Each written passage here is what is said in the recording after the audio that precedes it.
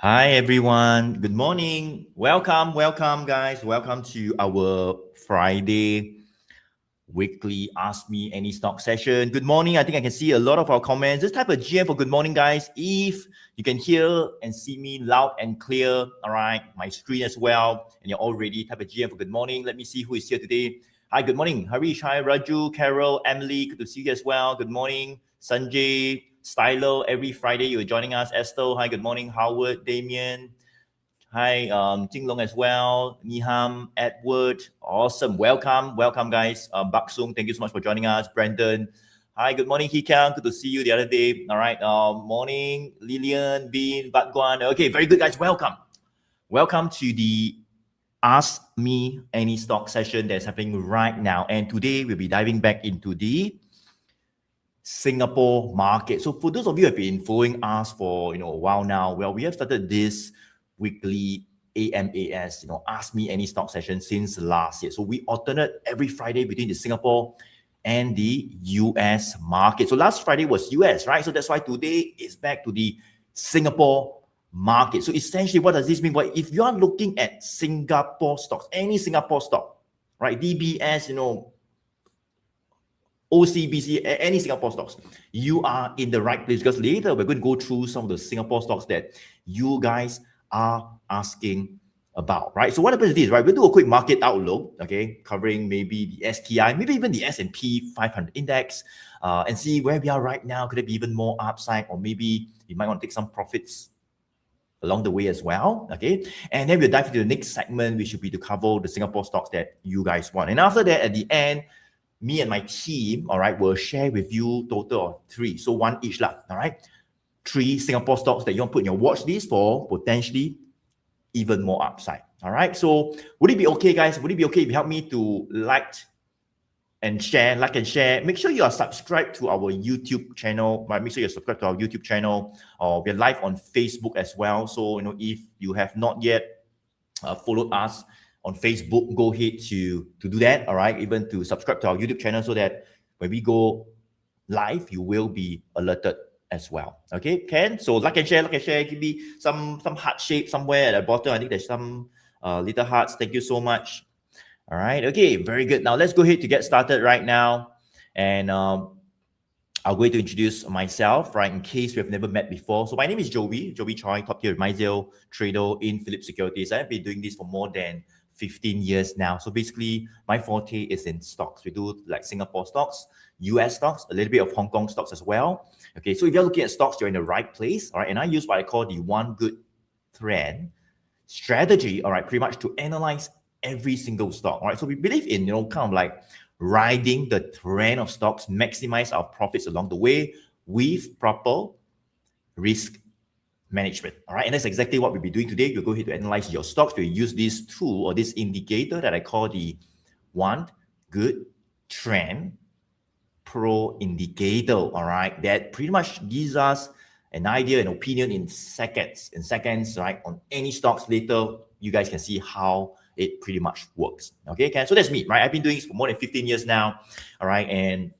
I've my team here as well joining me today. Okay, so today we have Z is not here. Z is on leave. All right, should be joining us probably next week, next Friday. But I have my team over here.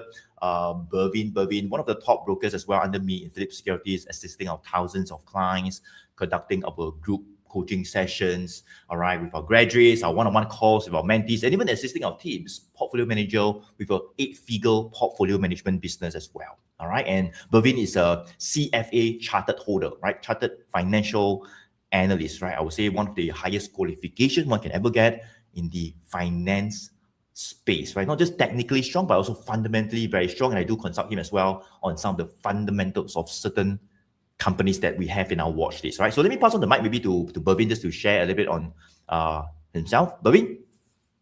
All right, thanks Joey for the introduction. Hi everyone, welcome back to our weekly AMAS session. Like Joey mentioned, today we are covering the Singapore market, and I'm using a new mic today, so if it's a little bit soft, a little bit muffled, let me know in the chat. I see what I can do about it. All right, so just a little bit about myself. All right, I've been with Joey for more than 5 years now, and then Joey mentioned that I'm a CFA charter holder, but what does it actually mean? I think it just means that I look at the macro environment compared to the individual companies' economics, its own business model, and see how it affects it. I think so far, I think if we are using the 1GT framework, all right, some of you guys are using the 1GT framework. I think in the last 2 months or so, you would have seen quite a little bit of profits, right, in your portfolio. Right, so for those of you who haven't managed to try out the entire 1GT framework, want to find out a little bit more about the 1GT framework as well, I think Joey have set up a webinar in the coming few weeks. Do remember to sign up for it. I mean, take advantage of the current market bullishness. Market wants to be very, very bullish right now, even in the US market, the Singapore market. There are many opportunities. Try to see whether you can get in for some of those opportunities, whether you can position yourself for entry using the 1GT framework. Of course, today we're not able to go through the entire 1GT framework. We don't have enough time. All right, so do come and join Joey for his webinar. It's free, 100% free. You just have to sign up for it. I think Jai later will maybe help me put it the link in the chat. Oh, it's already there. Just click on the link, sign up for it. All right, so back to you, Joey. All right, thank you so much, Bavin. Yeah, so I think Bavin mentioned something very powerful in case I forgot, right? What happens is that we, today, I mean, every Friday we do this AMAS Ask Me Any Stock session, whereby we pretty much just cover a stock, 1-2 minutes, and we move on to the next one. We don't have time to kind of explain or break down the entire strategy, the entire 7-step checklist. All right, so it's just pump, we just go through your stock, right? So if you want to find a bit more about the entire strategy, the entire 7-step checklist, how do we actually break it all down? How do we use an indicator to help us to guide our entry, when to get in, when to get out? All right, well, attend a free webinar. I think probably not next week. I think next week, next Tuesday on the 26th of May, we do have a webinar. So that's where we will kind of break it down even more for you, all right, so that you can really understand the entire strategy, all right, and hopefully it can guide you as well. Okay, Ken? Now, let me pass on the mic to Jia Yi, all right, one of the top brokers under me as well in Philip Securities, conducting our group coaching sessions, our one-on-one calls, our mentees, and Jia Yi has what we call a very special technical interest in candlestick. I think I mentioned before, and let me just pass on the mic to him to share a bit more on himself, right? Jia Yi, go ahead.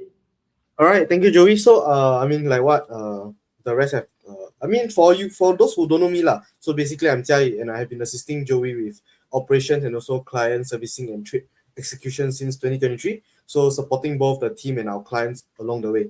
So like what we have mentioned, today's session will be focusing on Singapore market. And while the Singapore market may not be moving as aggressively as the US market, but we're still seeing some shift in like sentiment across sectors. I think particularly in tech sectors and also I mean the banks. So I think for today's session, let us take this opportunity to go through the charts together and understand how the market have been reacting to recent developments, and also maybe identify potential setups and opportunity ahead.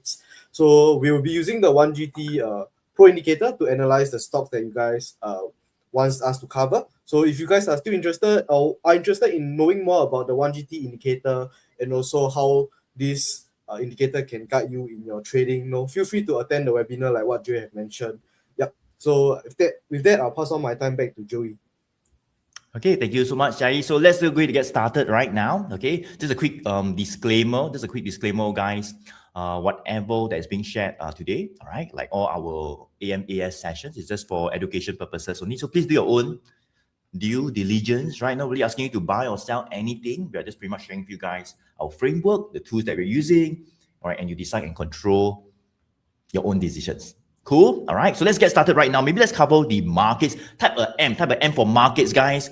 If you want me to cover the markets very quickly, to just kind of have a quick view of where we are right now, M for markets. Before I just talk about it, I want to make sure I think we have more of you joining us right over here. M for markets, guys. If you want me to cover the markets, let's see who is here again.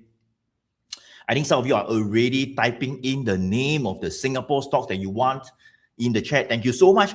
But what I want to say is this, guys. Okay, after covering the markets, a lot of you are asking about the markets. Hee Kiang, Hi, Styler, David as well. All right, very good. Now, those of you who have typed in the name of the Singapore stocks you want, right? Very simple. Okay, that's what we do every week. What you want to do is that you want to give us a bit of context. All right, so don't just type one name there, DBS or something, right? But give us a bit of context. Like, what do you want to know about this stock? Are you looking to buy? To sell? All right. When you buy it? Last week? Last year? 10 years ago? I don't know, right? But give us a bit of context. Give us a bit of idea what are actually looking to do for this stock. Are you holding on to it? Or maybe thinking to get in, at a certain price level and stuff, right? That's where we could give a bit of advice that I think is a little bit more personalized to you, all right? Rather than just one stock. I also don't know what you want to do. Make sense? All right, Ken? And that's where we'll give more priority as well, all right, to you if you actually take the time and the effort just to type a bit more context. Okay, let's move on. Let's move on very quickly to the markets. Let's go on markets. All right. Hi, Laura. Markets. Carol, Catherine. Okay. Let's see Hiniham as well. Markets. Okay. Let's take a look very quickly at the S&P 500 index, right? So the US market has been doing really well. I think for those of you who have been following well, I mentioned even in the past few AMAS session as well, we have started to see a very strong reversal in the markets. Let me go ahead to turn on. So this is the S&P 500 index. We can turn on, I would say, the 1GT Pro indicator on any stocks, even the markets, all right? And we get an opinion in 1 second, all right? And let me show you 1, 2, 3, pump. And let's see what happens, right? So you can see, once I turn it on, you can see a couple of like bearish red signals and green bullish signals. So when you see red one, then don't go and buy, be a bit more patient, right? The market's a bit weaker, we might potentially hit even lower. So that was what happened. You can see I will not go too far, but somewhere in like March when the US-Iran war started, all right, missiles were flying around, drones were flying around, attacking energy infrastructure, the Straits of Hormuz closed, right? That's where we started to trade even lower. And I mentioned that we want to wait for what we call confirmations to get back in. We're going to wait for green bullish signals to come back in, right? And that is where you don't want to wait really, because you wait, by then don't reverse really, right? So you want to be prepared to get in also, right? So in case you don't know, we have already reversed, not yesterday, not last week, already quite long already. I mean, it's like early last month, we already got the 1GT bullish signal. You can watch the replay of the past few AMS session, right? These signals have already came out. We have already reversed, all right? We have pushed higher. We have broke a new resistance level to push even higher. So we got two, not one, two. 1GT bullish signal, the first one coming out, I would say, on the 8th of April, all right? The second one came out on the 15th of April. So we have kind of like broken for the markets, right? The S&P 500 index, this very critical level at the 7,000. So 7,000, as I say, since October, November last year to now for like 5-6 months, every time we go there, even before the US-Iran war, we always touch and we come down, right? We touch and come down. We cannot go above 7,000, right? But when the second 1GT bullish signal happened, 15th of April, today 15 May, yeah. So like 1 month ago, right? Exactly, 1 month ago. So in case you're still thinking when the reverse, already 1 month already, okay? 15th April, we got a second 1GT bullish signal. We actually attempted to break that 7,000. And I mentioned as well that that is where it could trigger more upside momentum. The market has turned bullish, right? Not just a reversal, but a reversal and also attempting to push even higher. All right. And true enough, right? Over the past 2 to 3 weeks, you can see we started to consolidate above 7,000. This resistance would now be what we call a psychological support level. So red to become a green line right over here. And obviously we're still above 7,000. So 7,000 will be a new support. We could test it, we could stay above it. But as long as we consolidate above it, the market is more bullish, right? We have pretty much moved on out of the 7,000, below the 7,000 consolidation into a new higher phase, right? And that's exactly what we have done. So this 7,000, you can see that it was support level, but this support has gone even higher. I would say not even 7,000, maybe 7,002. We broke it. Yes, came out as a higher support from 7,000 all the way to 7,002. And over the past, 1 over week, the market has been even more bullish. So why are we, saying bullishness? Well, I would say that, this whole US-Iran war actually is still ongoing, right? I mean, it's not been resolved yet. There was like talks previously as well, whereby Pakistan was the mediator, US, Iran, they sent people, their delegates to Pakistan to negotiate, right? So on the first talk, there was no deal being made, right? And there was potentially a second talk, but it hasn't really happened yet. I think maybe behind closed doors, yes, but nothing official yet, no official deal done yet, all right? And however, right, I think people are more or less expecting that eventually the deal will be done. Of course, in the past few days, yesterday, if all of you have been following the news, well, we have Trump kind of like visiting China, all right, and that's where Trump and Xi Jinping will be, having their talks. I think yesterday was the first day of talk, today will be a second day of talk, and people are kind of like expecting some positive, discussions between US and China regarding the whole entire Iran war as well. And in case you don't know, China is actually one of the largest buyer of Iran's oil, or Iran's oil. I think China will also want the Straits of Hormuz to be open as well. So I think there are some positive discussions in terms of the opening of the Straits of Hormuz. I think both agreed that they would want the Straits to be open, all right, and there should not be any tolls on shipping lanes and all that. And even for China, right, 50% of China, 45 to 50% of China's oil, all right, actually flows through that strait, right? So in terms of not just Iran, but many other Middle Eastern countries as well, China is a kind of like huge buyer of their oil. So I think China would also want the straits to be open. So I think there's some positive discussion regarding hopefully China could kind of like move the deal forward even more positively in terms of talking to Iran and all that. I think that's what Trump is kind of like expecting. So people are more or less expecting that a deal could be made soon, all right? And that is why the market started to push higher. We have seen funds flowing back into the technology sector, right, in the US, even for the Singapore market, right? Today we're looking at Singapore stocks. The tech stocks in Singapore has been doing really well as well, okay? And that is where I would say that we've seen a very strong rally. So all that has been kind of like priced into the market, whereby people are expecting a deal, right? Funds are flowing back into the technology space over the past 1 to 2 weeks. So right now, I would say, for the S&P 500 index, just diving back into the charts, well, 7,500 would be a very key psychological resistance level. So now we're like, I think yesterday we closed at 7,501, which is just kind of like slightly above the 7,500. So I think it would be good to see maybe a bit of a consolidation. But right now, as I'm saying, I think the market has been bullish. It is even more bullish.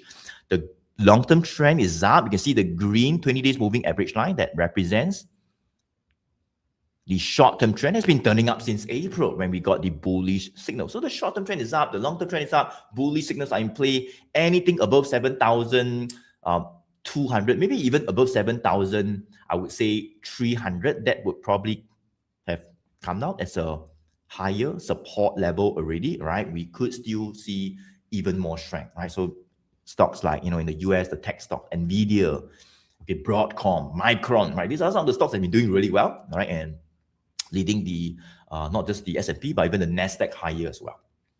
Okay. So yeah, hopefully, all right. This whole talks between US and China, they have kind of like, discussed about tariffs as well.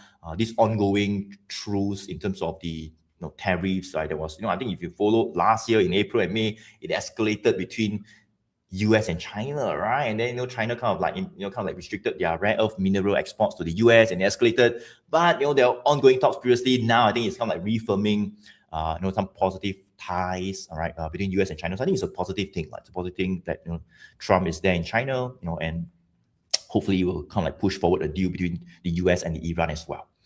All right. Okay, so that is the US market. That's kind of like the broader picture as to what has happened in the markets. Right now, let's just focus a little bit more into the Straits Times Index, the Singapore stock market. Why? Because we are looking at Singapore stocks today. So why not we focus? Of course, we need to focus on the Singapore Straits Times Index. So Singapore Straits Times Index, you can see that we have been actually doing quite firmly, all right, since I would say, very strong uptrend, all right, since last year, right, 2025. You can see that I really turned on the 1GT Pro indicator. So this is the, as I say, the tool, we can turn it on, pump, turn it on, all right, in a matter of seconds, you get bullish signals to guide you on when to get in, right, when to position yourselves, all right, and maybe when not to get in as well. If you see a red color bearish signal and then maybe a bit weak, right, and then you don't want to rush, so let's turn it on and see. You can see that since like, November last year, pump, and there we go, all the way up. Even in like April last year, pump, there we go, So every time we get a bearish red color signal, we start to move down a bit, sideways a bit, rest a bit, right? But once the new bullish signal appears, you can see that is where if we get other confirmations, we could see a very massive move up, right? Especially if we have not just one, but we have two, all right? bullish green signals. That's where it could be really fast. We could see more upside momentum fast. So let's talk about the Singapore market, right? Well, very strong longer term uptrend since last year. In the short term, you can see that the green 20 days moving average line, okay, has been like, pointing up, flat a little bit, up, all the way until like, February, in March, when the US-Iran war started. You see the short-term trend turn down and then up a bit, and then now maybe a bit sideways, right? So for the Singapore market, I would say that, well, for the banks, the Singapore banks, well, it has been moving higher over the past few days. So that's where we've seen a bit of strength coming back in the Singapore market, right? But over the past 2-3 months, the banks has been seeing a bit of a consolidation, a bit of weakness, kind of like pulling back. That's why the market is kind of like consolidating, okay? But the Singapore tech stocks has been doing really well. I think, in fact, some of you are actually asking about the Singapore technology stocks. Let's go to maybe cover them later, all right? And Singapore's tech stocks has been doing really well. It's not really reflected in the STI because there's not a huge component, in the STI, mainly the banks, the properties and all that. But I would say market-wise, overall STI, we are consolidating, right? Nothing wrong. Let me just go to draw this very key resistance level, which I actually talked about last week as well, last week in the AMAS Singapore session. Well, the 5,050. Team, just change the banner, please, for the STI, team. Thanks. The 5050 level, right? This is the STI, okay, not the S&P 500 index. 5,050. It's a very key psychological resistance level. You can see we have been touching it. Feb, March, April, 2-3 months, we neared it, we came down. Now we are 4984. The market is trading right now, so it's 4984, which is, we are still below the 5050 lah. So I would say a bit of a sideways for now, right? But if we can kind of like break above this 5050, maybe even 5100, I think potentially we could really start to see the market to be even stronger. The banks could start to lead the STI even higher as well. So nothing wrong with the market. I think it looks bullish still, just that in the short term, we are kind of like resting a bit sideways from that 4,000, maybe 4850. Let me just draw this line for you. It seems like 4850 has came out as a bit of a support over the past month. You can see it rebounded over here, rebounded, right? 4850 to 5050. It's like a 200 kind of points for the STI, right? So let's see when the 5050 resistance will give way. If that happens, I think we could start to see the next phase of upside. Okay, now very good. Now let's move on to the next segment. What I see a lot of of you asking about your stocks. Thank you so much for engaging, typing in the chat. As I say, guys, if you want us to cover your stock, just give us a bit of context. Give us a bit of context in the stocks that you're asking about, right? Are you looking to buy, to sell? What price do you buy it? What price do you sell it? And stuff like that. Okay, that's where we will give a bit more priority. So let's move on to the next segment, which will be the Ask Me Any Stocks session, okay, whereby, I cover the stocks that you guys are pretty much asking about. So we are focusing on Singapore stocks today. So type in the Singapore stocks, right? So I think some of you are typing like US stocks, right? But this thing is a Singapore market today, Singapore market. Okay, so let me go ahead to choose the very first stock for today. All right, just give me some time, guys. Let me choose the very first stock for today. Let's see, right? What would it be? Okay, let's see.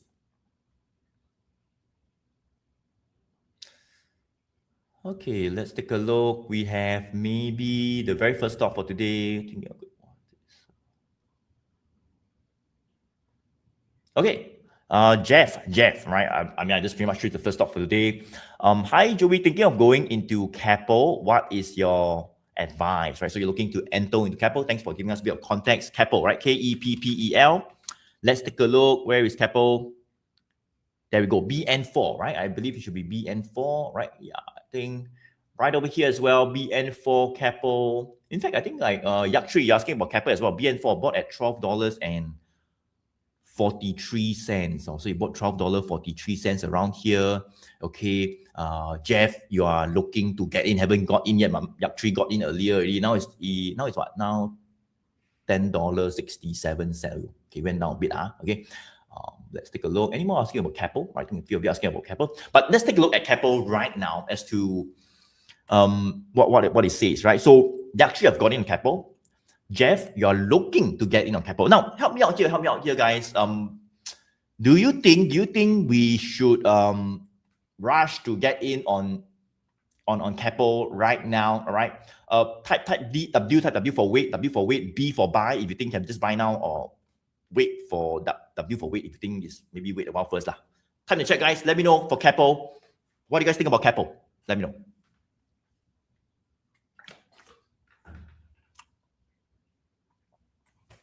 Let's see, all right. So maybe we can help Jeff out and maybe Yak Tree as well. Hi, Sifang. Wait. Jing Long say wait. David said wait. All right. Ken, wait. Iron Man say wait as well. All right. So Jeff, you can see that. No, I say they say on. All right. Most people say wait. Okay. But I think all of you, I know why you're saying wait. In fact, I think I've given you guys a hint because I already turned on the 1GT Pro indicator. All right. If you're off it, then nothing blur already. Right. Don't know what to do already. Right. But once I turn it on, pam. As I say, any stock, Keppel, whatever, right? Later we just one by one go through, but any stock, you turn it on, and you can see the bullish and bearish signals in like 1 second, all right? In 1 second, right? So thinking about getting into Keppel, right? I think most of the people are saying wait. All right, Yak Tree have got in somewhere around the 12.43, somewhere over, maybe somewhere over here, all right?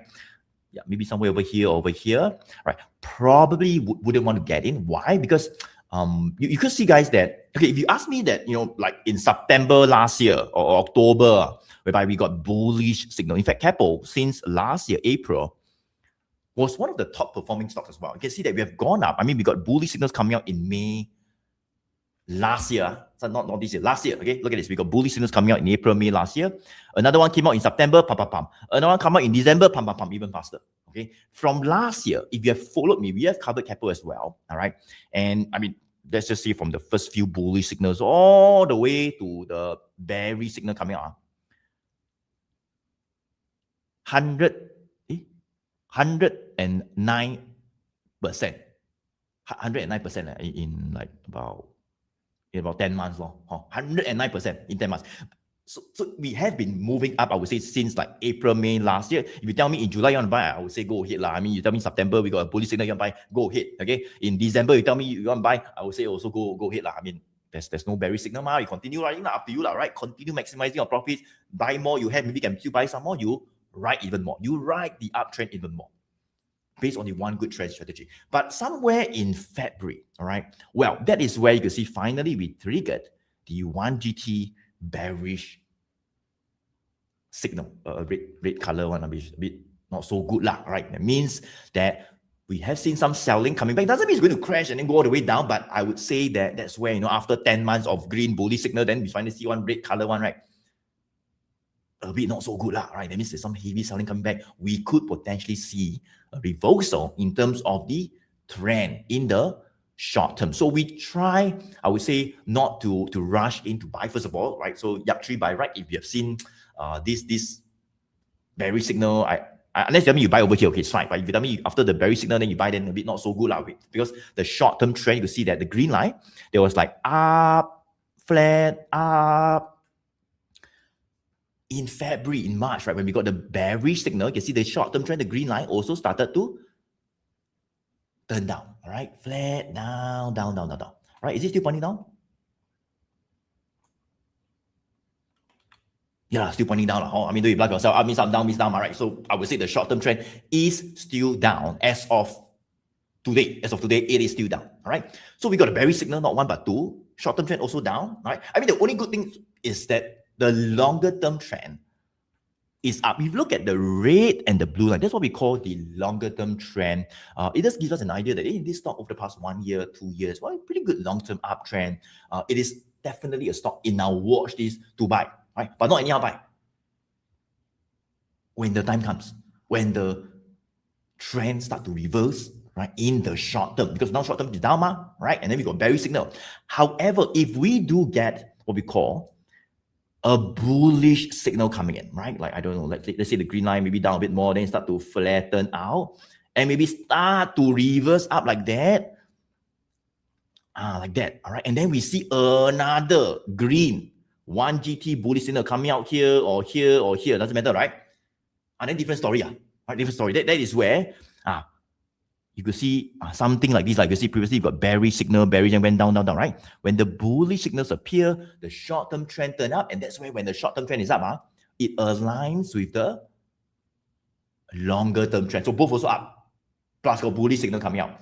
That is what we call a confirmation of the reversal move, right? And that is where I would say you want to think about getting in on this stock. But as of now, unfortunately, not yet. I mean, you can see the signal haven't come out yet. This is what I draw. I'm just saying that, hope when it comes out, we can be alerted. How to be alerted? Well, what we could do, right? Like, for example, if we want to be alerted on any bullish signals, or even bearish signals, we could set an alert, right? Right click, right over here, add an alert, BN4, Keppel, one good trend, pro, buy or sell alert. All right, once only, right? Pretty much you can be alerted by an app notification, even send me an email, even a pop-up right over here. So I used to send like email and stuff, but it's too many. So I'll just have a pop-up, it's fine. Apply, create, done. Right. So when the bullish signals appear on Keppel, that's where I can be alerted to get back in. So I hope that helps, Jeff. All right. Thinking of getting into Keppel, well, don't need to rush. I mean, if you get in now, I mean, not saying you can't, but just that there's no confirmation. You're kind of like just hoping that it will recover. But what if it breaks that 10.50? So if I can give you a bit of an idea, I would say that $10.50 would be a little bit of a support. I mean, that's where we have been holding, I would say, in January before pushing higher. Now we are 10.67. So very near the 10.50, a bit of buying pressure near 10.50, right?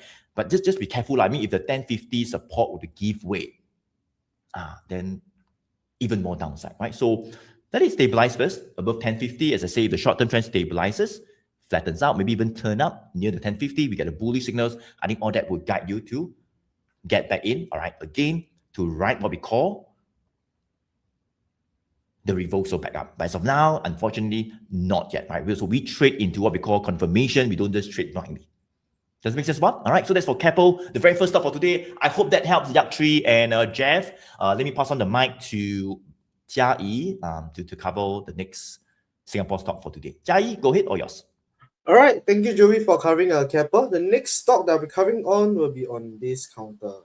Just give me a sec. Okay, Nam Chong. I think Vinpo was asking about Nam Chong, bought at 1.63, now 1.42. Any view, please? So I think I was looking through this counter, 1.63. Seems like you bought it actually quite recently, but actually at a recent high lah. I mean, since you already bought it, now it's already at 1.42. What are the views? So hopefully you're still here. Let me just go through on Nam Chong. I mean, if Nam Chong previously we look at this counter back then, I think back in August 2025 till I think around April 2026, it has been showing very strong uptrend. There's like 3-1 GT bullish signal. I mean, afterwards there's a bearish signal that appear, but after it broke above this 80 cents resistance previously, turned into a new support. You can see that there was a 1 GT bullish signal that appear, and afterwards another 1 GT bullish signal that appeared in December as well. So if you bought it at the first 1 GT bullish signal till maybe now, you'll be up at least 80% or 73%, sorry. Or if you bought it at the second 1 GT bullish signal, you'll still be up about 63%. So I mean, if we look at the trend wise currently, I would say overall we can say that the 100 days and the 200 days are still pointing up. But we notice that the 20 days moving average, which means that the short term wise is kind of showing a bit of a weakness. So if we were to zoom into recently how this chart is looking at, or how this Nam Chong is looking at, I would say previously we can see that about that 1.35 there was a support, or there was a resistance which actually turned into a new support. So you can see that back in Feb, prices actually came close to this 1.35. Couldn't break above until 24th Feb. It went up. Then after that, it came down to test a few times. Then afterwards, prices went up. And recently, prices actually came close to that 1.60, which is kind of like a resistance, or even that 1.65. So like what we always mention for our 1GT framework, we always want to enter when the trend is up. all the 100 days, 200 days, and even the 20 days moving average is up, so that we are riding on to the trend. And afterwards, we also want to enter near a support and not near a resistance. Why? Because near a resistance, we can always see that sellers are actually coming back to take some profit, pushing price back down. So actually, if you notice for this Cheong, actually about at 1.6 to 1.65, sellers actually came back in to push the price back down to the support of 1.35 or 1.4, came back up to test again in April, push back down, and afterwards in end April, it came back close to the 1.60 to 1.65, but afterwards sellers took control and push back price down again. So I would say overall, in terms of the long term, it's still showing uptrend, it's still doing quite okay. But in terms of the short term wise, it seems like it's moving back close to that 1.35 to 1.4. But overall, if we see at it, the 1GT bullish signal is still there. And if we were to turn on that trailing support and resistance, you can also notice that the trailing support is also close to that 1.35 support that we have identified. So I would say this 1.35 might be a key support level that you want to notice for Vinpo. If prices break below this 1.35, the first thing is you will notice that there will be a 1GT bearish signal. It could indicate that there might be more selling pressure if prices break below this 1.35 and might move back down to that maybe 1.10. So this might be the next support level that you might want to take note if prices break below this 1.35. But I would say overall, when you enter, try to enter near a support level, which best is to identify where is the support level and where's the resistance level. So it seems like you have entered near that 1.63, and when you enter, you should have a trading plan on when prices goes against you, what could be your stop loss or what is your risk appetite and where you want to stop loss for this counter. But I would say overall, long-term wise, it's still holding, it's still do okay. As long as it stay above this 1.35, which is a key support level, it will still be okay. But if prices break below this 1.35, maybe you might want to think of where you want to cut loss lah. Yep. So hopefully that answers your questions on Cheong, and that's a quick analysis of Cheong. Yep. If not, I'll pass on my time to Bervin to cover the next stock. All right, thanks, Jai. Okay, let me just change my screen. Okay, so I saw a couple of you guys asking for this counter. Fanny, looking to buy SGX, what price would be the supporting level? I think just now I saw someone else was also asking about SGX. There we go. James, hi, can I check with you? S68 SGX can buy or wait? Thanks. Okay, so on the screen right now we have SGX. The stock code is S68. I think let me just turn off some of the signals here first. Okay, so I think very, very clearly we can firstly see that we have two 1GT bullish signals that I have previously circled right there on the 18th of March. That was when the last 1GT bullish signal showed up for SGX. So we look at the longer term trend. We always start with the longer term trend first, then we zoom into the shorter term, then the price action, things like that. So we get a clearer picture from a top-down perspective.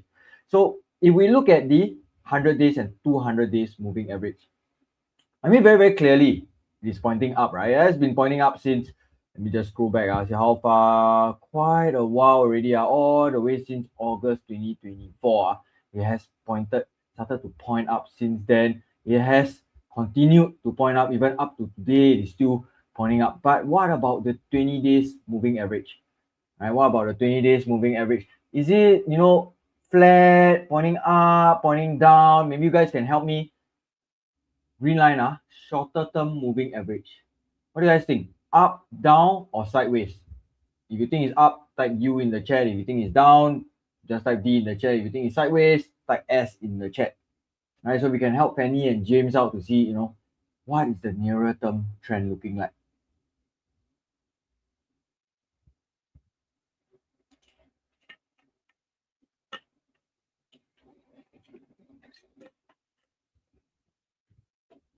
All right, sideways, sideways, sideways, down, down, down, sideways, sideways, down. Okay. Sideways, sideways. All right, so I think majority of you guys are looking at it as sideways. some of you are looking at it as down. I will agree with you guys, all right? Today is definitely not up lah.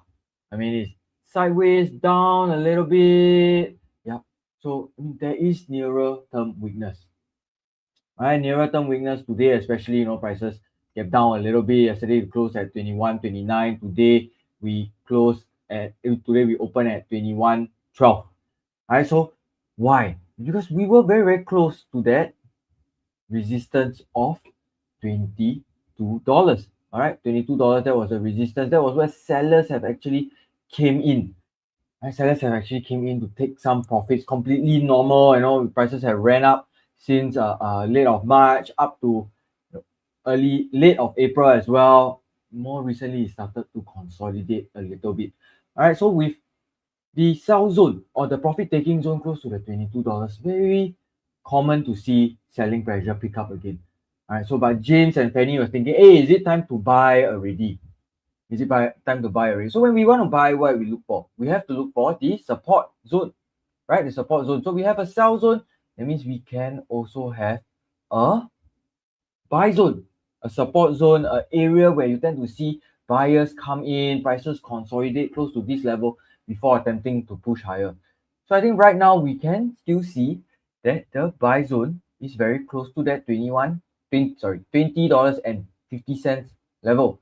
All right, so we have buyers coming in on the 8th of May to defend this level. Previously, it was a resistance turned into a support as well. So this is pretty much a key level to actually watch out for if prices dip within this level. And you start to see your 20 days moving average, sideways a little bit, maybe pointing up, it will be even better. I think this is potentially a level where you can maybe consider an entry, position yourself to get in on those dips. All right, so on top of that, we currently still have 2 1GT bullish signal. That means we are still trading above that dynamic support. That trailing support is still intact. Right, our bet is moving a little bit sideways since late of April, 24th of April, it started to move sideways. Great, that means what's happening with SGX? It has started its consolidation phase again. So if you notice for SGX, counter like this, it consolidates, then move up, consolidates, then move up, consolidates, then what's the next step? I don't know whether it will move up lah, but at least it is following its historical pattern right now. And we are holding above that trailing support. That means it's giving the stock space to breathe, that trailing support. Meaning to say, so we hold above it, we are still fine. Right, the longer term trend still looks good, just that maybe the shorter term, you're experiencing a level of weakness. But weakness, in this sense, could give you some opportunity to get in. So just take note of the level 2050. All right, so if you get in, maybe a stop loss below the $20.50 level would be ideal as well, below that trailing support of about 2027. All right, so what happens next? If prices were to be able to break above that $22 level. Let me just flip my arrow here. Okay. All right. If prices were to be able to break above, what is the next upside? All right. I would say just a little bit of a projection because prices are at all-time high.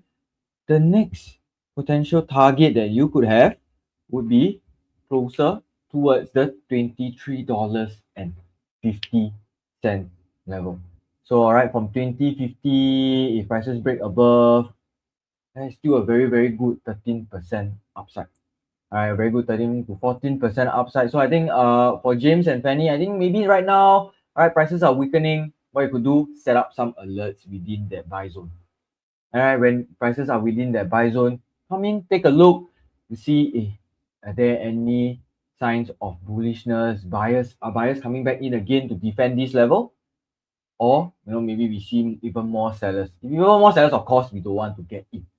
Right, so a break above that $22, maybe we'll even see in fact another 1GT bullish signal potentially could show up. So I think this could be an opportunity for you to get in on the dips. I know the market is a little bit weaker today, but I mean a weaker market could be good in a sense where for those good stocks you want to get in, previously didn't have a chance to get in, all right, pull back a little bit close to the support. Hey, this could be an opportunity for you guys today as well. All right, so that is for Singapore Exchange. Hopefully that helps James. Pass time to Joey to cover the next requested stock. Joey? Okay, thank you so much, Praveen. All right, so let's move on to the next one. Okay, and I think there's a few of you asking about this stock, and that would be this stock called, let's see, right? David, I hope you're still over here, right? Thanks for joining us. Thanks for giving me a bit of context, right? P52, PanUnited bought at $1.52. Now is what price? Now is $1.69. Okay, not bad. Make a bit of money. Okay. Thinking of taking some profit. What could be the next resistance level? Okay, so maybe you're thinking about getting out, right? Maybe, but what if you get out, then we go up some more, right? Well, wasted, right? So yeah, let's find out later. If maybe you take some profit, maybe you could just wait a little bit. We'll find out in a bit. Let's see. We have Hee Kiang. Good to see you over here as well. Bought PanUnited 143. Wow, cheaper than David. David 152, you 143. Not bad. That means even cheaper. Okay, very good. Should I sell to take profit or accumulate more? Wow. Okay, so very good. So both of you got it a bit cheaper, confirm making money now, right?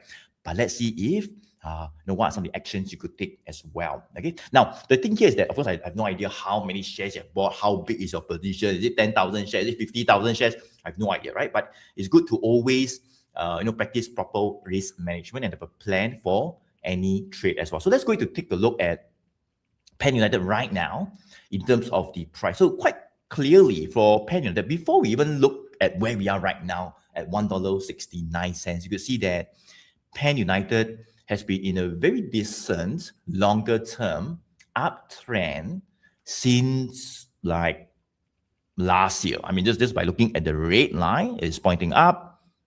The blue line also pointing up, and the red is above the blue, right? So long-term trend is up, and this has actually been one of the stocks that we have covered, we have shared with our clients in Philip Securities by WhatsApp. Those of you who are clients over here, check our WhatsApp. I think maybe a couple of months back, we shared this stock.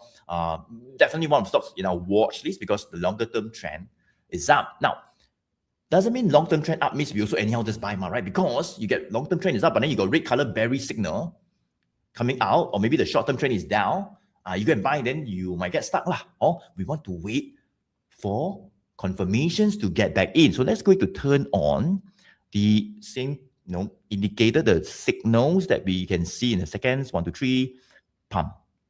And there we go, right? So long-term trend is up. And if you tell me, when you get in when you see like bullish signal, like over here, pump, all the way up. And red color, then please wait first. Don't kanchong, right? Just be a bit more patient. Wait first. Wait for the stock to show its cards, right? To play the hand out. You see it. You get a confirmation.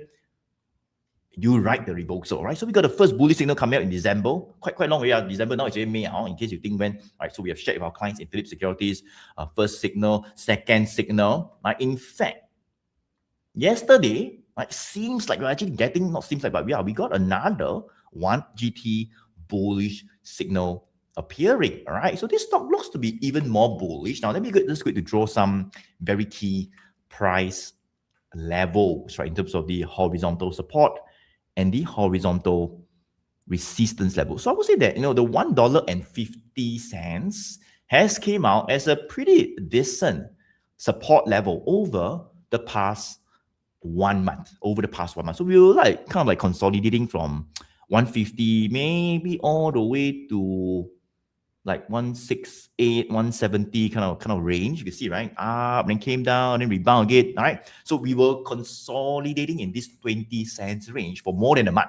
Okay. However, yesterday, right, you could see that we kind of attempted to break the $1.70 or maybe $1.68 resistance level, whereby we actually saw selling previously. So right over here, you can see we saw selling coming back, prices retraced back down, and that is what we call a pretty, I would say, credible resistance, because it's a fact that we have seen selling there previously, right? But yesterday, all right, well, we actually saw a pretty good bullish candlestick bar coming out. Look at it, right? It's a pretty bullish candlestick bar. This is what we call a bullish Marubozu pattern. All right, basically it just means that buyers, were in control throughout the day. Right, it opened at 163, right at the day's low. Buyers started to buy, up, buy, up.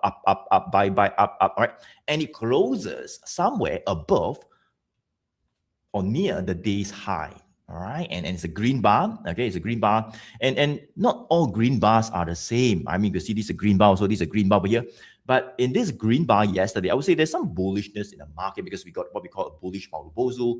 Buyers were in control until the end of the day at 5 p.m. We closed at a day high. Right, so don't even give chance for the seller to maybe like sell down a bit. No, or 5 p.m. is closed at day high. All right, so that's a sign of strength. That's a sign of strength. Of course, today, right, we actually kind of like pushed to a high of around 174. All right, and the market is a bit weaker. I think a bit of profit taking in the market. We've been pushing higher over the past 2 weeks. Right, so a bit of profit taking. So today, kind of like pushed back down, right, a little bit, but we are kind of like still somewhere around the 169, 170 level. So my take is this. I think it's bullish still. It's bullish. I mean, there's no red color like bearish signals. I mean, in November have right now went down, right?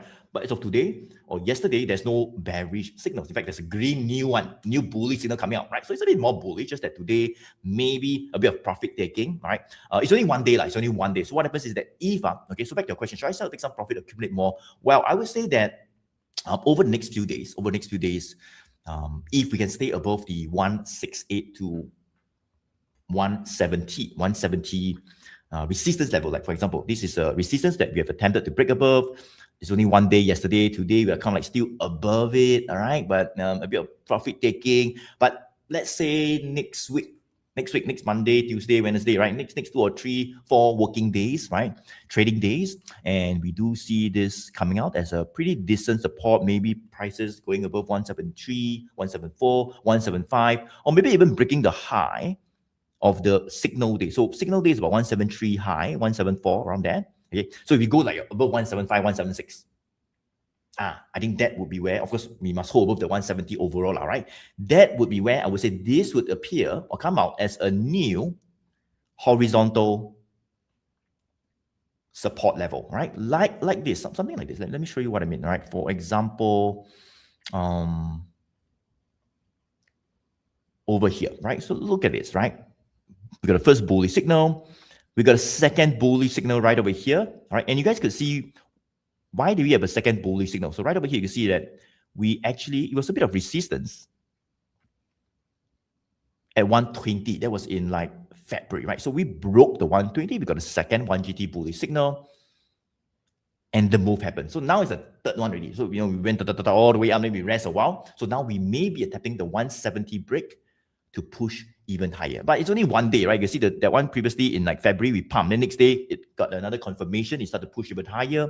And there we go. So now it's only 1-2 days. So let's see next week. I think next week, if we can stay above that 170, 174, 175, 176, that is where I would say this stock is poised to hit even higher. We could start to see the nexus of upside. We could just do a little bit of a extrapolation or projection all the way up, maybe to 190, all right, $192. That could be what we call the next upside target, whereby some selling can come back again. And that's where you want to take some profit near $192 and go ahead. I think there's nothing wrong to take some profit near a resistance level. By all means, go ahead, take some, not all, I think take some. Why? Because you take all, then after that, you start going up, then you no more already, right? So you take some, nothing wrong. I mean, as I said, I have no idea how many shares you guys have, but let's say if you have like 20,000 shares or 10,000 shares, you could take 2,000 or 3,000, just to lock in some profits, maybe a bit of a pullback, you enter again, right?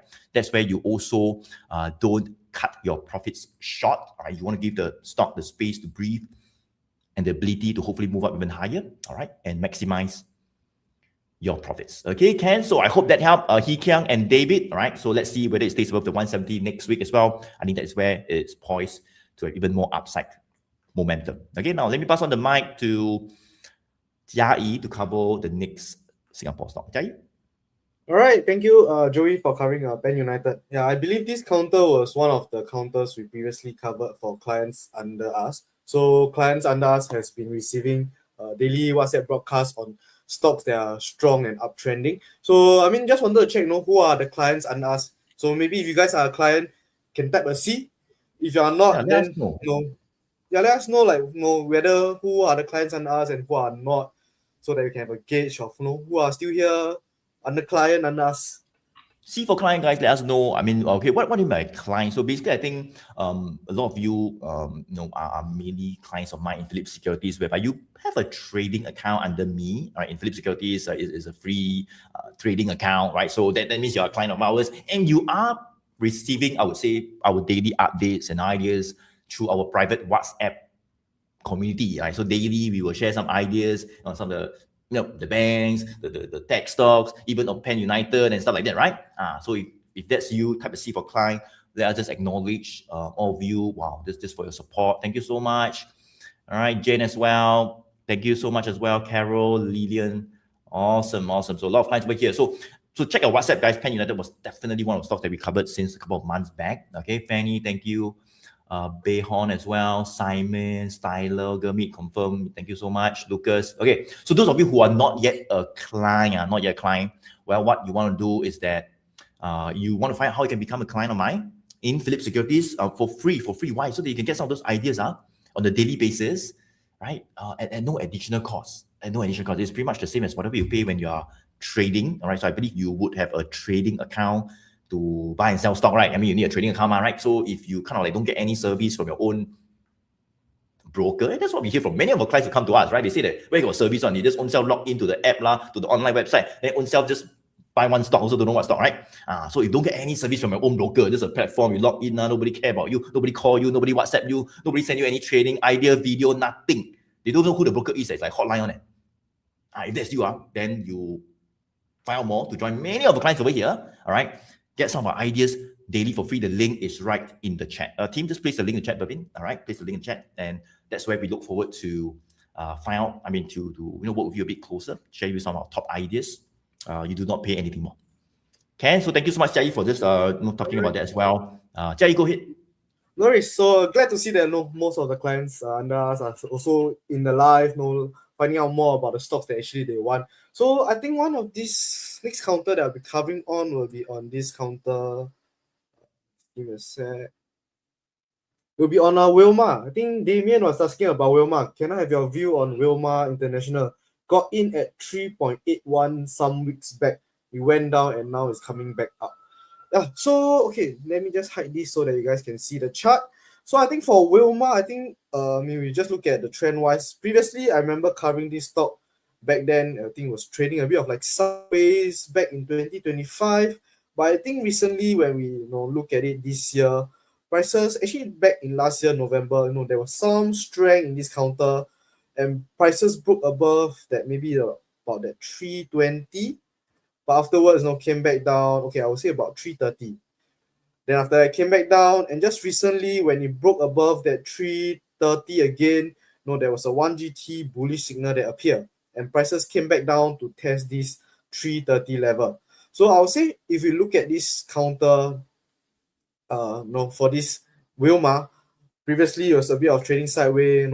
I wouldn't recommend, but recently when it broke above this 330, which is a key resistance level, I would say it's a counter that you can actually look at, but doesn't mean that if you look at this counter means that you should enter now. So where could be a potential entry level, or where could be where could be the next resistance or next potential upside for this counter?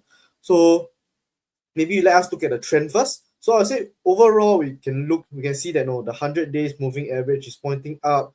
The 200 days moving average is pointing up as well. So indicates that the long-term wise, is showing showing strength. But if we look at it previously, when it broke above this 330 level, 100 days, 20 days of moving average was kind of pointing up, sideways, continued to show strength. But recently, it's kind of flattening a bit. So I would say in short-term wise, it's kind of trading a bit of sideways, a bit of cap under this actually 390 resistance level. So if we look at the recent trend wise for this counter, it looks like 390 could be a key resistance level that it was kept under. And where could be the support? I would say around this 350 level or even the 360 level. So 350, why? Because you can see that prices previously booked above this 330, was kept under this 350 for maybe close to 1 month. Then afterwards, prices broke above this 350, break up, went close to that 390, came back down to 350. Afterwards, managed to stay above and came close to that 390 level again. So you can see that 390 level was actually tested quite a few times. And sellers actually always take control when it comes close to that 390. So for Damien, it looks like when you enter at 381 previously some weeks back, you could enter. I mean, not too sure whether you enter before the dividends or after the dividends, because some of you guys, if you guys are looking at your own chart and you see that why my 390 is my resistance, but some of you guys looking at it, it's actually $4. Just for you guys to know, at the bottom right for this trading view, there's this ADJ which is adjusted. So this adjusted for dividends. So previously you can see that actually $4 was a resistance level, but once we adjust for the dividends, actually 390 is the resistance level. Why? Because dividends was 10 cents. So from $4, you adjust for the dividends, 390 is actually the resistance now. So I would say currently, if Damien, if you previously bought it before the dividends, then maybe your price is about 371. I would say 371 might be it's like somewhere in between the support and the resistance. But I would say overall, currently it's still showing kind of long-term strength, but sideways for the short term. So best if prices can break above this 390. So if prices can break above this 390, and if you see that first thing is prices break above this 390, go up and break above, you can notice that the 20 days moving average will also start to point up. This could indicate that there might be more strength in this counter and more upside. And if you are looking at where could be the next upside, if you just do a simple projection from this 350 to that 390, just doing a simple projection, I would say the next upside might be towards that 430 level. So first, we want to notice whether this 390 can be broken. Sellers actually came to push down the price quite a few times, but if prices are able to break above this 390, that could be an early sign that there might be more upside towards that 430. So for you guys, if you're interested to find out also how to set alerts, there's a few ways. I think just now Joey have went through, go through again as well. I believe that setting alerts is actually very useful so that you don't always monitor a counter, and when prices break above a certain key level and you get alerted and come back and monitor for this counter, it saves a lot of time and energy for yourself lah. So I would say if prices are able to break above 390, I will set an alert maybe near that 39. Okay, so you can click on this alert button at the top, or if not, you can use alternate A to set a quick alert. So once you click on alternate A, this pop-up will come up to create alert. I would say maybe if prices break above the 390, but I put it at 393. You can create alert. When prices break above this, you will be notified and you can come in and see this for this counter. So if prices are able to break above this 390, that could be a new support level, which might be another new support level with more upside towards that 430. So hopefully that answers your question, Damien, on this Wilmar International. If not, I'll pass on my time to Bhavin to cover the next stock. All right, thanks, Jai. Okay, so very quickly, let's go through the next stock. All right, H Ping asking, can cover Sembcorp, what would be the support level to enter? All right, let me just change it up here. All right, so on the screen now, we have Sembcorp Industries. The code is U96. What would be the support level to enter? I think right now, it looks like, yes, definitely cheaper or definitely on a discount compared to April last month, right? Mid of April last month, it touched $7 level, came back down. But right now, what's really standing out is we always follow the trend, right? The 100 days moving average, yes, is pointing up, but the 200 days moving average is pointing down. That's already one conflicting signal. All right. The second one would be the 20 days moving average has started to slow downwards since 28th of April. All right. And then the couple of supports are also already broken. All right. The 660 level, previously was a support, came down, went back up to test it. I wasn't able to recapture this support level prices broke below that trailing support as well. We have a 1GT bearish signal coming in. And then today even we are breaking or attempting to break the $6.10 support level. So when we see multiple bearish confirmations like this, we got bullish confirmations, all right, good to buy, right? Then now we got bearish confirmation. That's when we tend to want to stray away from buying first. It doesn't mean it is a bad counter. It's just at this point in time, it is showing weakness. You don't want to buy when there is weakness and then you get stuck. Why? That next downside could be towards the $5.60 support level, 560 to maybe about that 550 level. That's another 10% downsides from this current level. So I think the first thing first, we have to see after today market close, whether prices are able or buyers are able to defend this $6.10 support level firstly. All right, if they're not able to defend, then maybe next week potentially the probability of it going down lower or the sellers coming in to take control even more could be higher, right? So you don't want to buy now where everybody's selling, you go in to buy, you catch the falling knife, next thing you know, Monday come, prices hit down lower. How about we wait for a little bit more confirmations first, HPeng, to see if we are able to rebound from the 610 level firstly, right? Rebound from the 610 level, and then to see if we hit back above the 660 level. I know it's a little bit more expensive to buy at 660 compared to buying at 610, 620, but I think that gives you the additional conviction, right? That confirmation that you need that the trend is reversing. We got the nearer term momentum in line with the longer term trend as well, because now the 200 days moving average is still a little bit pointing down. Right, we got 100 days pointing up, 200 days pointing down.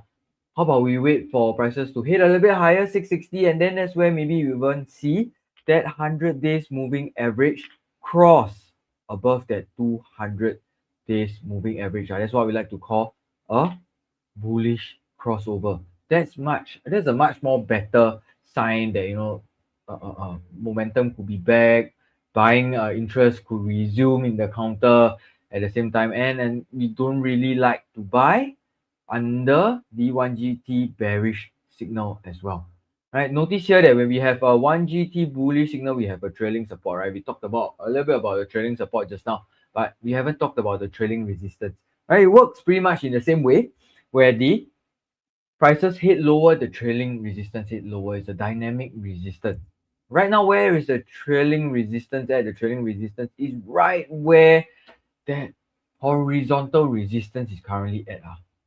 So it's a double factor. So if prices will be able to recapture that 660 resistance level, turning back into a support, great. Then you have the upside unlocked towards that $7 level once again. That is another 6% upside from the 660 level, right? And then if that level gives way, previously I have drawn this as well, that is unlocking the upside. If $7 gives way, the upside to 750 could be your next higher target at the same time. So I think you'll be a much more better position buying under strength. You don't want to buy and then next thing you know, you stuck at 550, and then the next question you'll be asking is, should I average down at 550? And then just throwing good money after bad. All right, so I think that is a very, very quick one for Sembcorp Industries. I think there are other opportunities at this moment for other counters that may be demonstrating some weakness, but overall still showing strength that you can even buy on the dip. All right, so HPeng, hopefully that helps. I'll pass the time back to Joey to cover the next stock. Joey?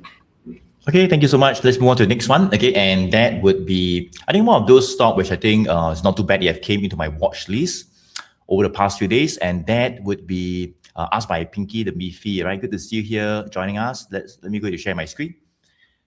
MarcoPolo Marine. Right, the code is 5LY.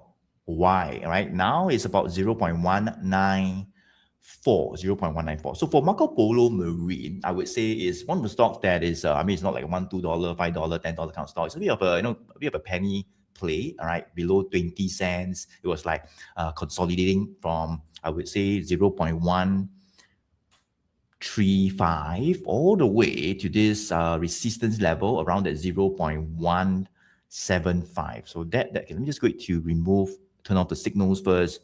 But you could see quite clearly that we were consolidating, right, from December all the way to April, right, from 135 to 175.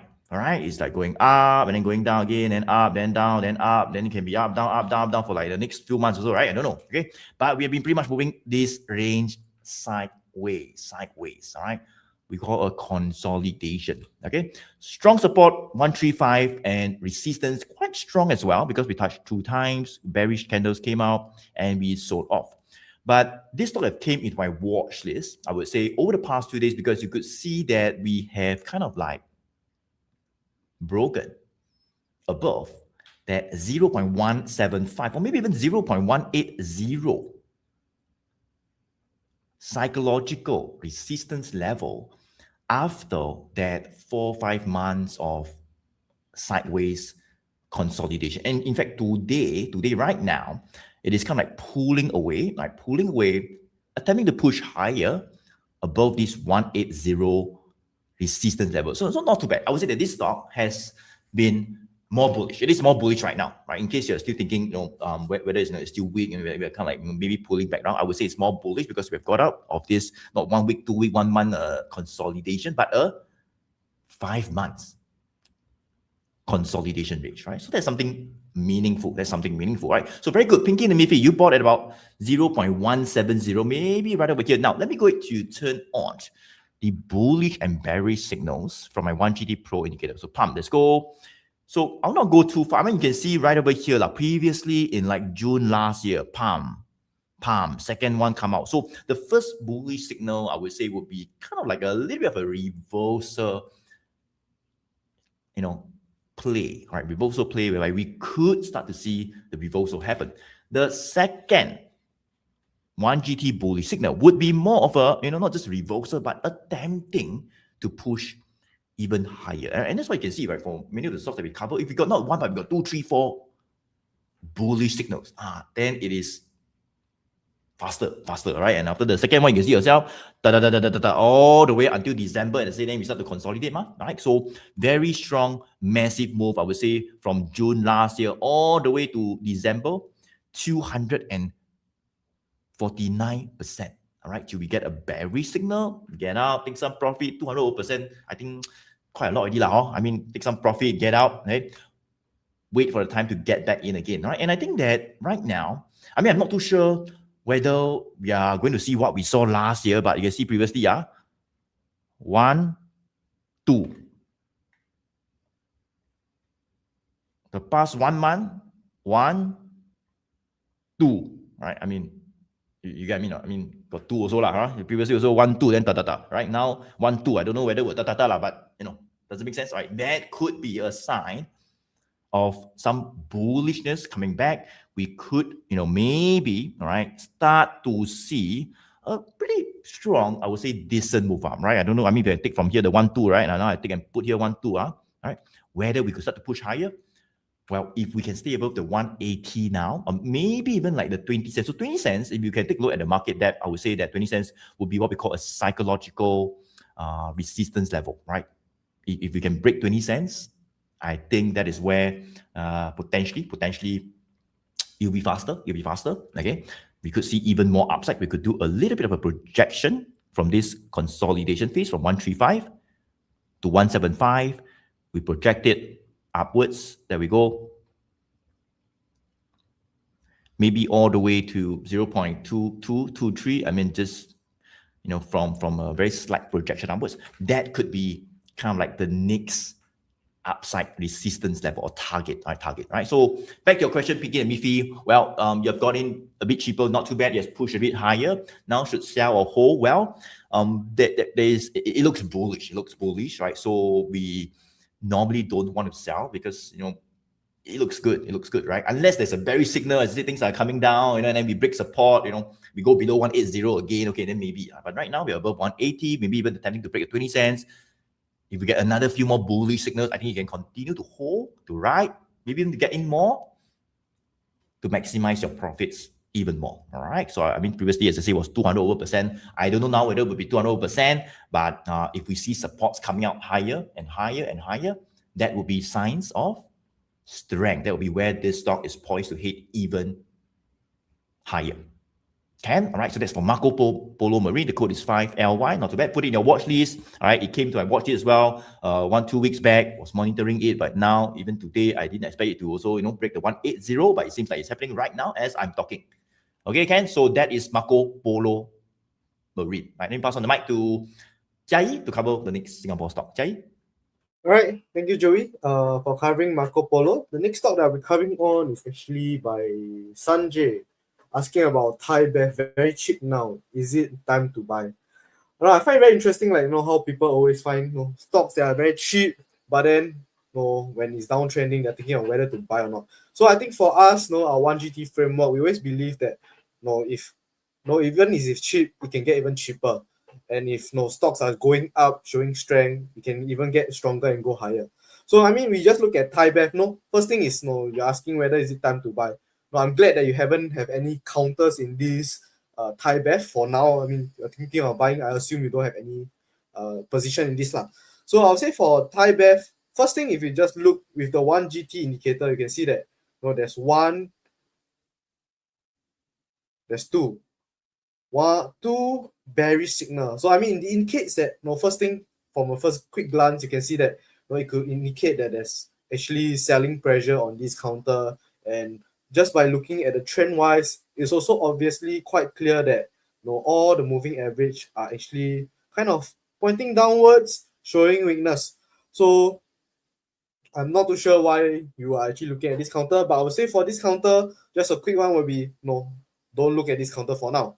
But where could be a potential support and resistance level that we can look at? I would say previously ThaiBev, I mean, we can see that 440 or even about 440 was actually a support that has been trading around this level since last year May, came back down for a few days, but afterwards managed to stay above this 440 till this year March, and the resistance is actually near that 480 level. So previously it's kind of showing a bit of weakness, trading a bit of sideways, and back in March, early March, around March, it actually broke below this 440 and afterwards start to show more weakness. So near term wise, I would say 410 might be a support level that we want to see whether it's able to stay above this level, or even at $40 level, which might be a psychological support level. And if prices break below this level, prices might show more weakness back to even below that 40 cents level. So if we look at this, prices have been trading sideways and showing weakness. If you enter to this counter, it could indicate that your funds might be stuck, and if prices continue to go down, I would say you wouldn't know what to do with this counter. So I would rather you use these funds that you have to enter into other positions that have showing 1GT bullish signal, showing more uptrend, showing more strength, and there might be more upsides as compared to these, which if you enter now, you end up might have stuck in these funds and stuck in this counter, and opportunity cost might be a factor that you might want to think of. So I would say for this counter, just a quick one, 40 cents might be the next support level that we want to monitor. If prices break below this level, it might show more weakness. But if prices move up to that 44 cents, or even break above this 48, there might be more strength coming in. Then that could be that could be when you can monitor for this counter. But I would say for now, Sanjay, just a quick one. Is it time to buy? I would say no. You shouldn't be monitoring this counter. If you want, you can put in the watch list so that you still keep track of it. But I would say for now, it might not be a time to buy for this counter for ThaiBev. Yep. So hope that answers your question. And if not, I'll pass on my time to Bervin to cover the next stock. All right, thanks, Jai. Completely agree with what you said about ThaiBev. Currently, maybe not the best time lah. Not the best time. Let me just look at it right here. I was seeing this. Here we go.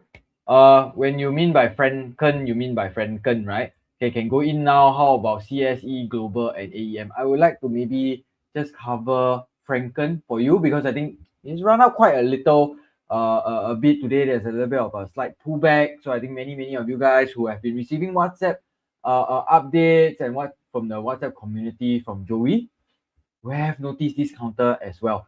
All right, so let me just see it right there, pull it up.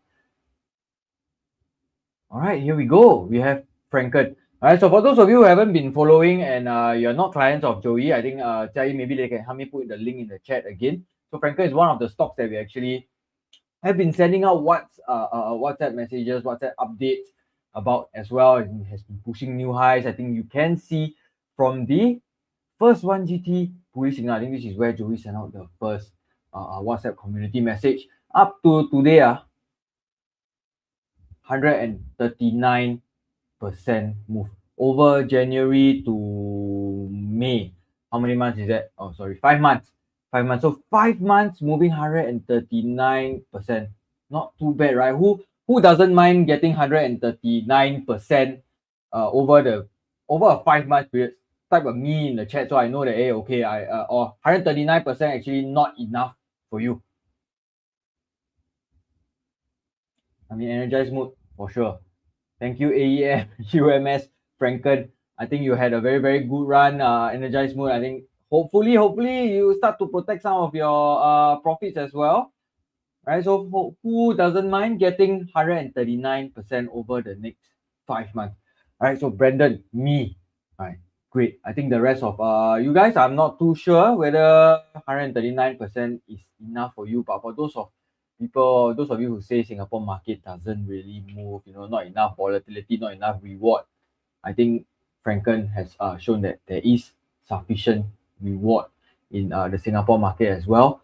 We have 3-1GT bullish signal showing up. First one in the 13th of January. KSA, if you missed the first one, the second one came out February also. February 2nd up to today's. Oops, sorry, wrong one. February 2nd up to today. Okay, still got 100%. Okay, so you say we take the third one. Okay, miss the first two. Let's just do the third one up to today. Also, still got 50%.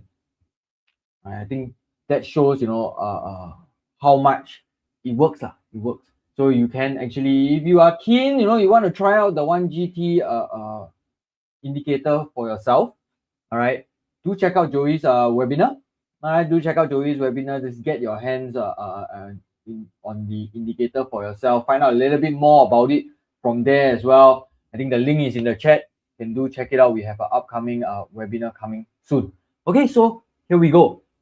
For Franken, 3-1GT bullish signal, the most recent one showing up in April, right? Great. Everybody says me. I think Lihan says, wow, thanks to the big three. Great. Let's see if there's any more upside to all these tech counters. All right, so the most recent 1GT bullish signal came out on the 8th of April after prices broke above the $2.20 resistance, turned it into a support. Why previously was a resistance tested twice in the period of roughly about a month before breaking up higher, and subsequently, boom, prices just exploded, right? Just exploded higher and higher. Only a brief consolidation, you can see right there, briefly consolidated under the 280 level before pushing higher again. Last 2 weeks or so, I would say pretty much not too many consolidation going on. Honestly, if you see, it's just moving higher here, moving higher, just breaking above the targets that we have set. All right, so sometimes, when prices move like this, what do you have to take note of? And you'll be sitting on good profits. Like energized mood, it says, well, thanks to the big three, Franken is one of it. What do we want to take note of? We want to take note of the trailing support. Prices move up high fast, prices can move down fast as well. So when prices move down fast, you don't want to be stuck right there, and then from good profits become losses. That's the last thing we want. You want to capitalize, be able to capitalize on those gains. So we use that trailing support. All right, use that trailing support as it heads up higher. As it heads up higher, you move your stop limit orders higher at the same time.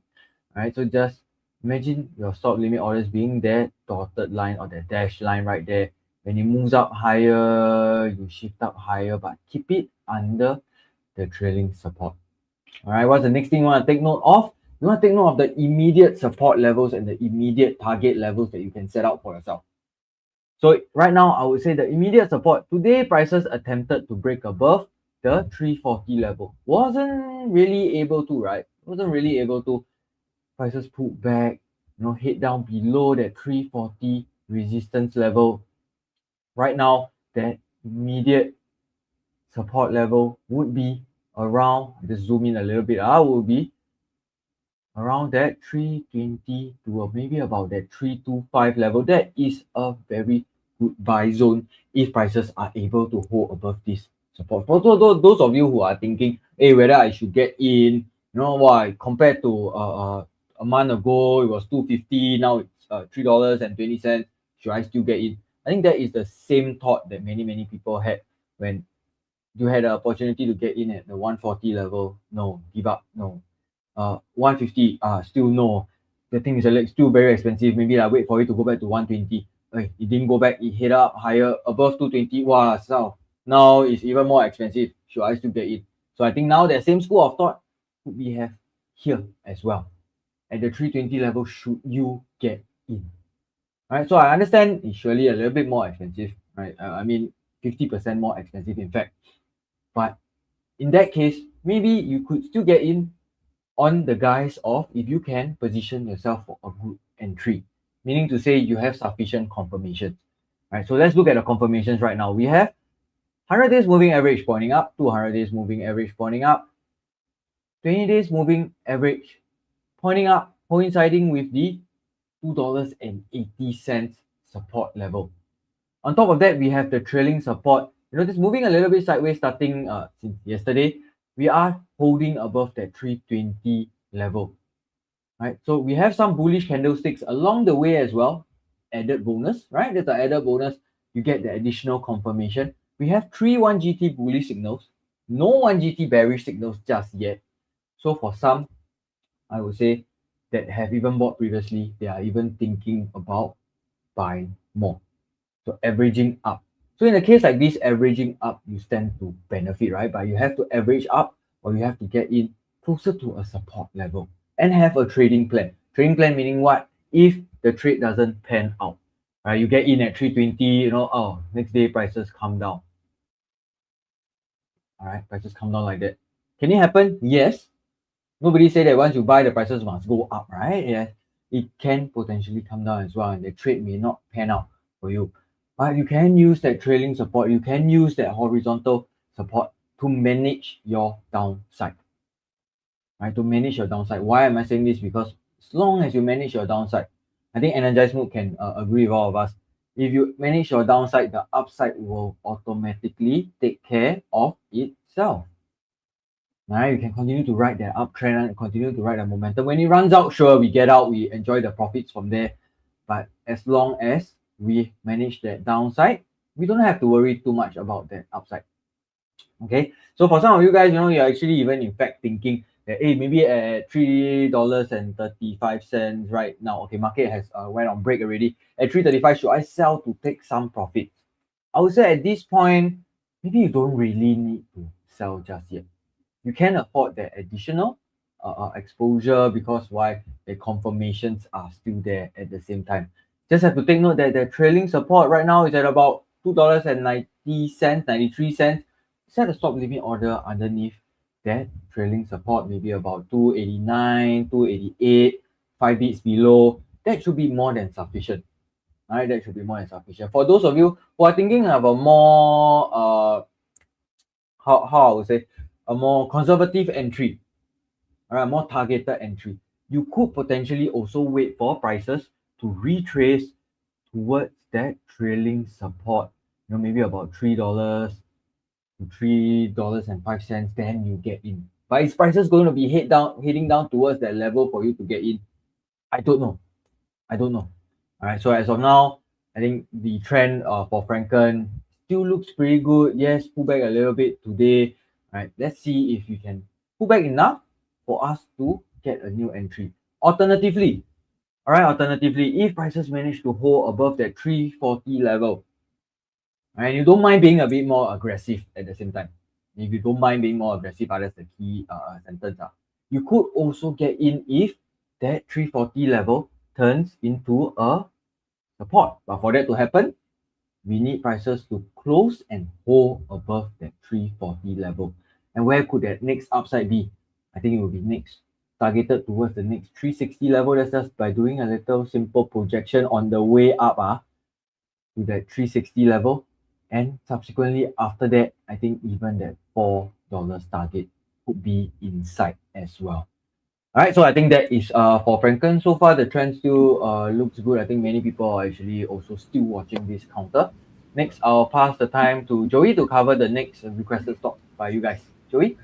All right, thank you so much. Right, so yeah, Franken, one of the, I would say, top Singapore tech stocks that we have been covering since a couple of months back, since beginning of the year. Those of you who have been following me or even some of my YouTube videos, we actually talk about these Singapore tech stocks, right, a couple of months back. Really. Even our clients in Philips Securities as well receive, as I say, on a daily basis, updates, ideas.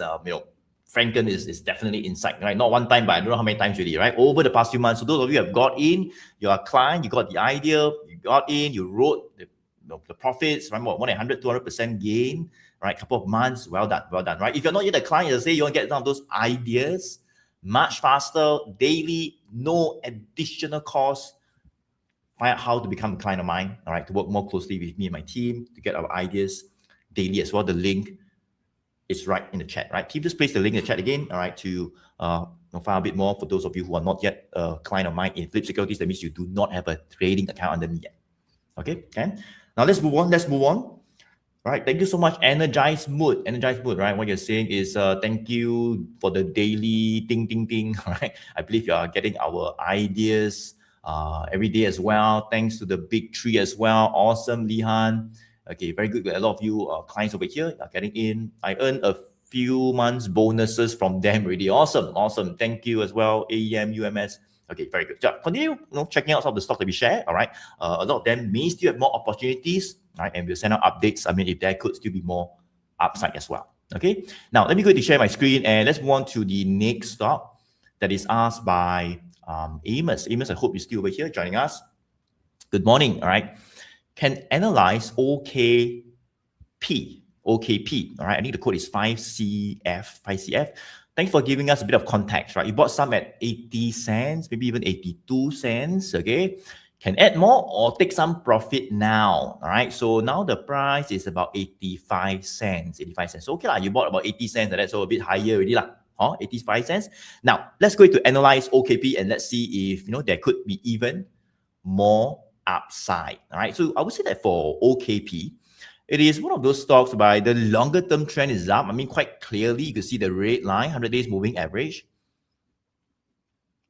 pointing up, all right, since like last year. The blue line also pointing up, right? Red above the blue, longer term uptrend intact, all right, right, since last year. So we definitely want to think about buying stocks like this, all right, not anyhow, but it is in our watch list to get in when the time comes, all right? So when will the time come? Well, the time would not come when you see this red color bearish signal, all right? When you see this, then probably you want to be a bit more patient. Like you see this red color bearish signal, right? And it starts going down. Probably a bit more patient. Don't need to rush. The time comes when you see pump, and there we go, all the way up. Every time you see a bullish signal, two bullish signals, there we go, right? Now, over the past 1 month, finally, right, it seems like the time has come, all right? We have got what we call a new 1GT bullish signal. It's only one now, all right? Two, then will be faster, you see previously pump, then faster, right? Now it's only one, but doesn't mean one means not so good, right? It's still good. You can see we have reversed quite a little bit based on this one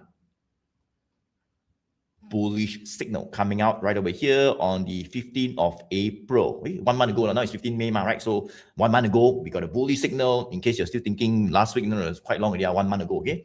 Started push up, right? Now, when would be what we call the second bullish signal potentially appearing? So you can see that we are now back to what we call the psychological resistance level around that 0.8 75, maybe to 88 cents, and then 87, 88 cents. This would be a pretty critical resistance level for now. You can see that was where we were. We touched. We saw a very, I would say, pretty bearish candle, rebounded again, neared it, sold off. We got a bearish signal eventually when the war started, US-Iran war, and then we sold all the way down, right? You can see we are right over here, right? That zone, that selling zone, 86, 87, 88, right? That is where some selling pressure can actually return, which is normal, I mean, so back to your question, right? You bought some 80, 82, right? Can I take add more or take some profit now? Okay, so the thing is this, right? For the one good trend strategy, we always say whereby, if the trend is good, there's no bearish signal. The green line, look at the green line. You can see the green 20 days moving average line that represents the short-term trend. It has turned up since April, right? It is still pointing up. Yes, it is still pointing up. So the long-term trend is up. The short-term trend has been up since like April, right? Whereby both of them will align. We got a bullish signal coming up, right? So it looks good. I mean, it still looks good. The only thing is that we are kept below this resistance at 0.88 cents, right? So if you want to take some profit near that 88 cents, right? 87, 86, 865, 875, around there, basically around here, right? Nothing wrong. By all means, right? Because that is a resistance level, right? We could really see some selling. In fact, today we went to a high of around like 87, and then like sellers came back, and then now we become 85, correct? So selling pressure is coming back near that 88 cents, right? I mean, as I say, it's normal because we were there previously, it became normal, right? So by all means, take some profit near that 88 cents if you want. But why do I say some and not all? Well, because as I say, it still looks bullish, right? I mean, everything is good, just that we are facing a bit of resistance there. All right, I'm actually looking for a potential break of this 87 to 88 cents resistance level, right? So if we were to go, so if you take some profit near 87, 88, around there, as I say, nothing wrong, right? Take some. But if we were to break that 88 cents, that is where we could trigger what we call another new 1GT bullish signal, all right? And something like this, right? First one, second one, after the second one, you see for yourself, all the way up, right? So we could trigger a new momentum after that 88 cents. So if you take some profit near 88, nothing wrong, right? We're still kept below the resistance. Well, if that breaks, I think it could also be a more aggressive entry, all right, to ride again more upside, right? Again, even more upside, right? So that would be like anything above 88 cents, right? So that is where, if at least you still have some positions locked and you don't sell everything, as I say, not sell all because it still looks okay, okay? It still looks okay, right? So continue riding. If the 88 cents will be broken, if you get another 1GT bullish signal, that is where we could potentially add even more positions to ride the upside even more. All the way, I would say, let's do a bit of a projection, right? So you can see the range was like 62 to right, somewhere around 62 to 88 right over here. Project it upwards, maybe near that 110, all right, 110, 112 right over here. Yeah, potentially that could be what we call the next upside target. All right, Amos, I hope you're over here. That's OKP. I hope that helps. All right, I think it looks good. Let's see when the 88 cents were to give way. Let's see whether a new 1GT bullish signal can actually appear in the next few days or maybe next 1 or 2 weeks. Okay, all right. So we pass on the mic to Jai to cover the next Singapore stock. Jai. All right, thank you, Joey. The next stock that I'll be covering on will be by ST. Good morning. Looking at buying Comfort, what would be a good entry price? Well, the price has dropped quite a bit the past couple of days. Thank you. Good morning, ST. Hopefully, you're still here. Just give me a sec. Let me change my screen. Okay. I was just looking at Comfort. I was just trying to find out what's the reason why prices has dropped. It seems like recently they actually reported their first quarter results, and also there was a downgrade by, I think, Maybank. I mean, if you look at the chart for Comfort, everyone should be familiarized with this company, this name.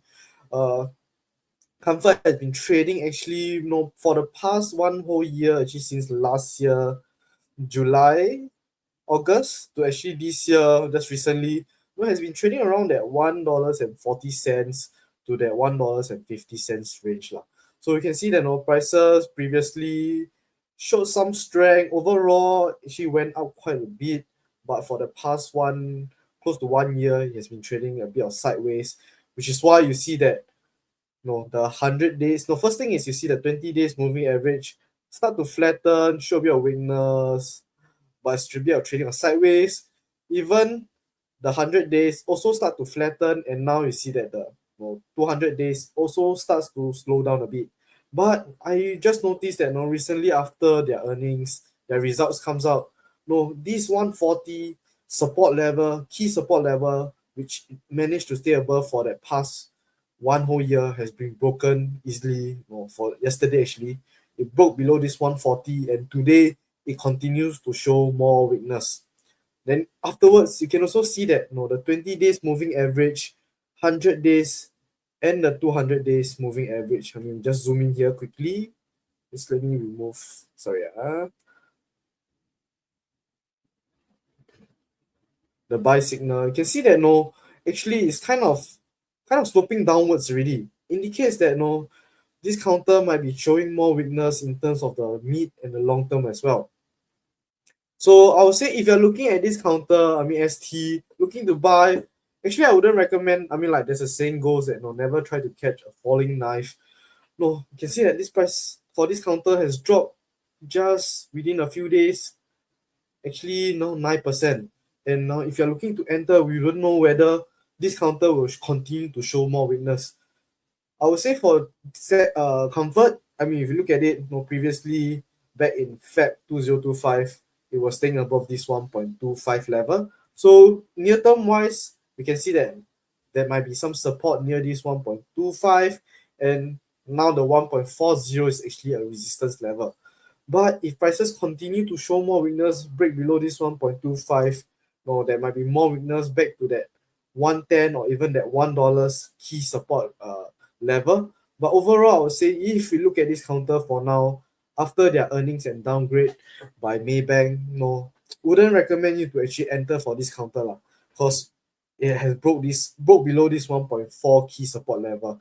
And if prices are not able to stay above this 1.25, there might be more weakness coming to it. So for ST, hopefully that answers your question for a quick one on Comfort. I would say for Comfort, wouldn't recommend, even though you know this company, but prices has been showing weakness. So I would say if you want, wait for some stability. Maybe if prices stay above this 1.25 and afterwards start to show more strength, that could be time when you re-enter or look at it afterwards. But I would say for now, with the 1 GT bearish signal appearing, and also prices drop quite a huge amount for within these 2 days, wouldn't recommend you to look at this counter for now. Yep. So if not, I'll pass on my time to Bhavin to cover the next stock. All right, thanks, Jai. Okay, so next one I was seeing some. Here we go. Kenneth, hi, Kenneth, are you still here? All right, so is it a good time to hold Centurion? Bought at 1.67. Bought at 1.67. Let me just change my screen. All right, okay, so maybe before I cover Centurion, because I saw quite a little bit of counters requested. Some of them are duplicates.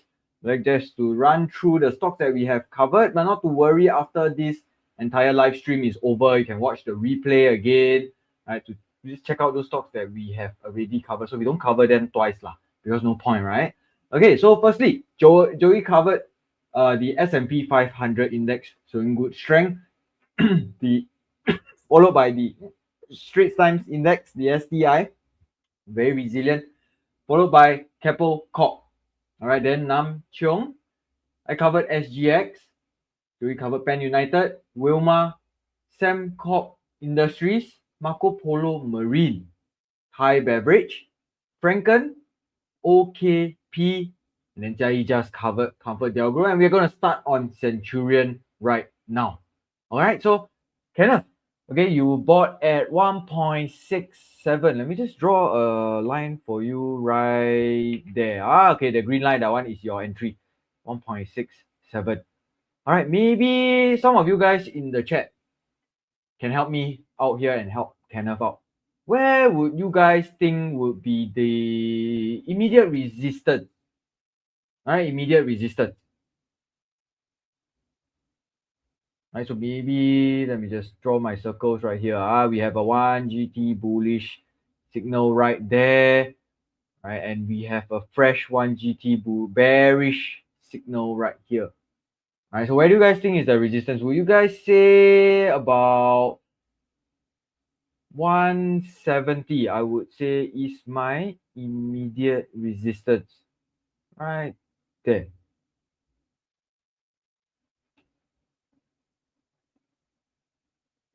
All right, resistance.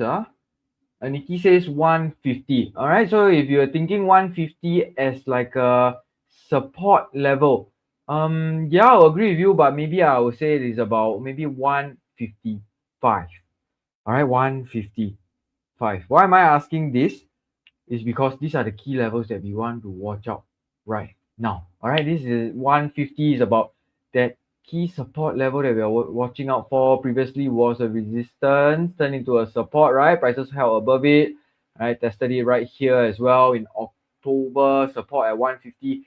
That's right. So if you guys want to find out, because I suddenly noticed that it's quite quiet, quite quiet. Nobody telling me where is the resistance.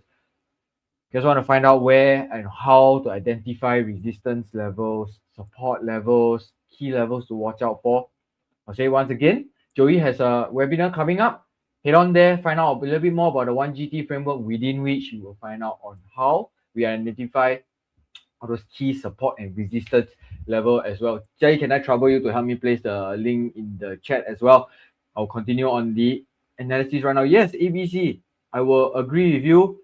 170, Chan, yes, I agree with you. 170 is where the immediate resistance is currently at right now. All right, so Kenneth got in at 167. That's quite close to the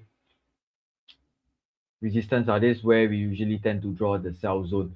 So when you get in closer to resistance like this, could be a little bit more careful. A little bit more careful. Why? Is because you're entering when most people could be starting to think, hey, is it time to sell? Is it time to take some profits? Maybe they have bought close to what Nikki said, close to the 150 to 155 level, that buy zone. And then now they are thinking, hey, is it time to take some profit? All right, so that's when you start to see sellers actually come in, and then you start to maybe panic a little bit. Hey, is it why every time I buy, then the prices come down? Maybe it is close to the resistance. Maybe you're buying when there's a potential weakness, but I think in this case, because it was closer to the resistance. Is there anything wrong if you buy there?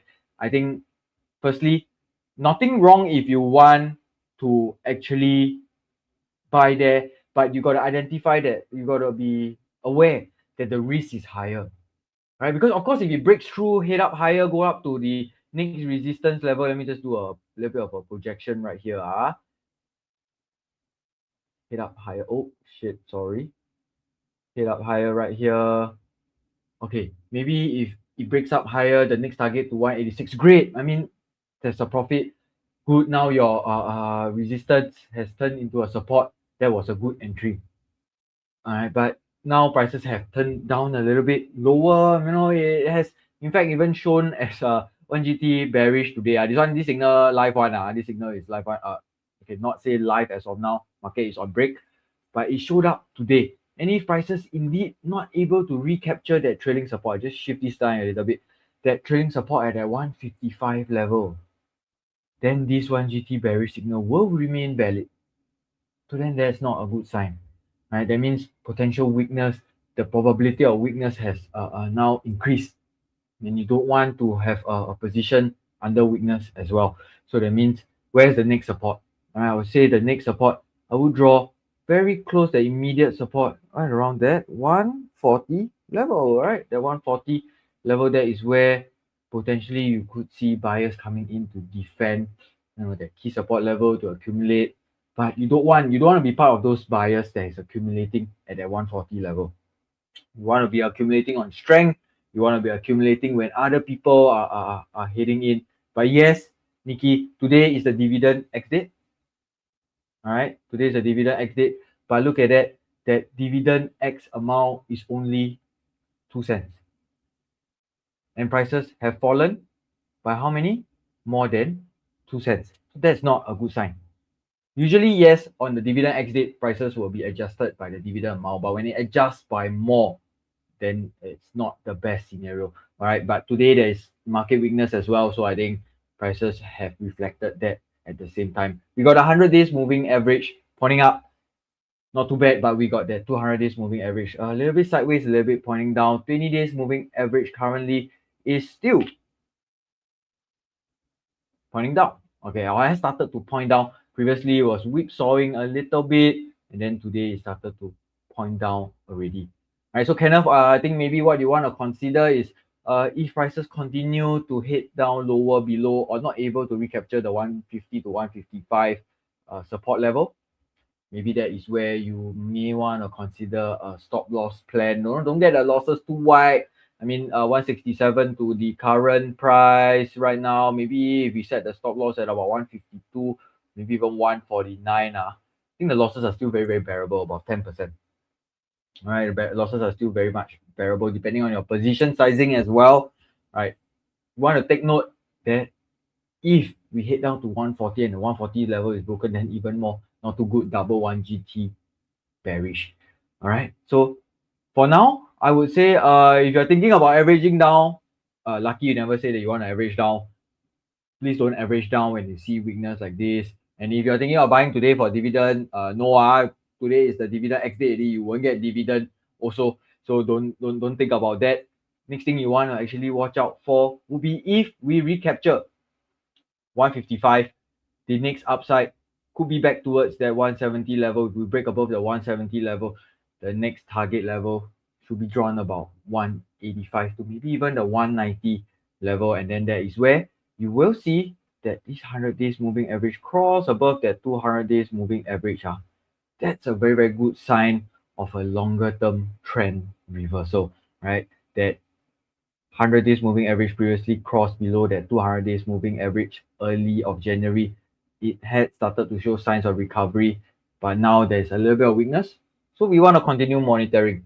All right, it's not the end of the world just yet. We still have a couple of hours of trading. We successfully recapture it. Yes, you will have some unrealized losses, but we're still within the range. So that's fine. Let's see if we can hit back to 170 and even beyond that.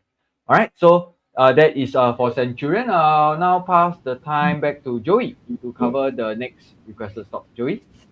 Okay, thank you so much. Let's move on to the next one. Okay, and that would be this company. I think a few of you were asking about it. Okay, and this was actually one of the stocks that was a very top performer since last year. Right, we pushed even higher this year as well, but it seems like there's some selling pressure coming back, I would say, over the past 1 to 2 weeks. So what stock is this? Well, this is none other than ST Engineering, right? Styler, you're asking about ST Engineering, right? I wanted ST Engineering recently, average 10.95. Well, now it's about 10.38. Very good. So you took some profit, came down a little bit. Now it's about $10.38, right?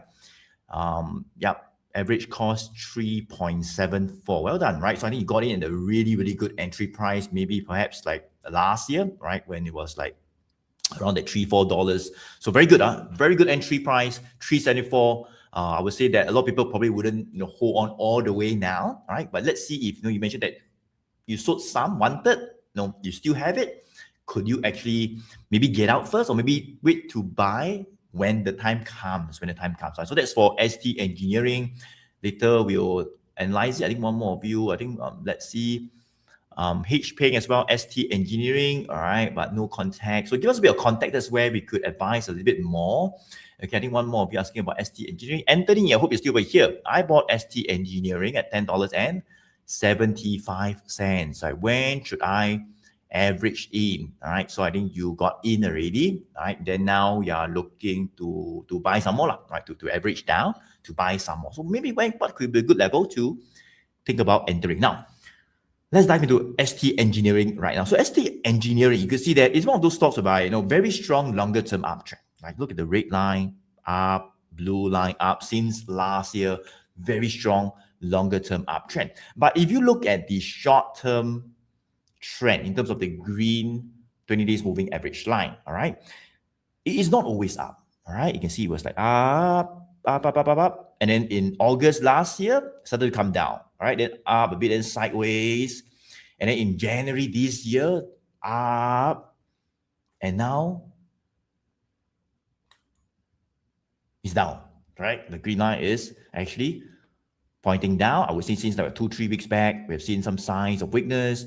Short-term trend has turned down. So we normally don't want to enter when the short-term trend has turned down. We want to at least see it stabilize, at least flatten out. I mean, point up is better, right? But at least don't point down, right? Flatten out, still okay. Like over here, right? You can see that it started to, flatten out a little bit and maybe starting to turn up right over here.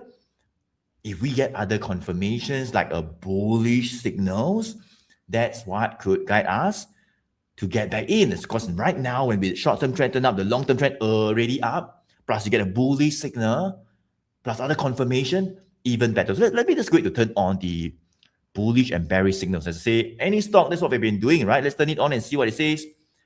And yes, indeed, right over here, in January, in fact, on the 5th of January, as we began the new year, if you tell me you want to get in, I would say go ahead. I mean, your bullish signal, the green line that is like flat for like 2-3 months, suddenly start to point up, right? Long-term trend also up.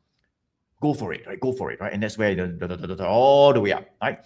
Now, let's take a look at what's happened over the past 1 to 2 months. So you can see that we were actually seeing a bit of a consolidation from that $10.50 to the $11.50, right? $10 to $11.50. So it's like a $1 range, all right, in terms of this consolidation, right? Up and then down and up a bit. And now, today, right now, you could see that we have been holding above that $10.50 since March, April. Now it's maybe about 2.5 months, all right? We've been holding above the $10.50. But today, we have kind of like, traded or broken below the $10.50 as of today. I mean, as of right now, I mean, the market is not closed yet. Now it's like lunchtime, right? But later, I don't know whether it will go back up above 10.50 lah. Okay, if it does, good, fine, great, all right? That's where this 10.50 would still be holding as a support level, like what we have seen previously in March. We rebounded over here, rebounded as well.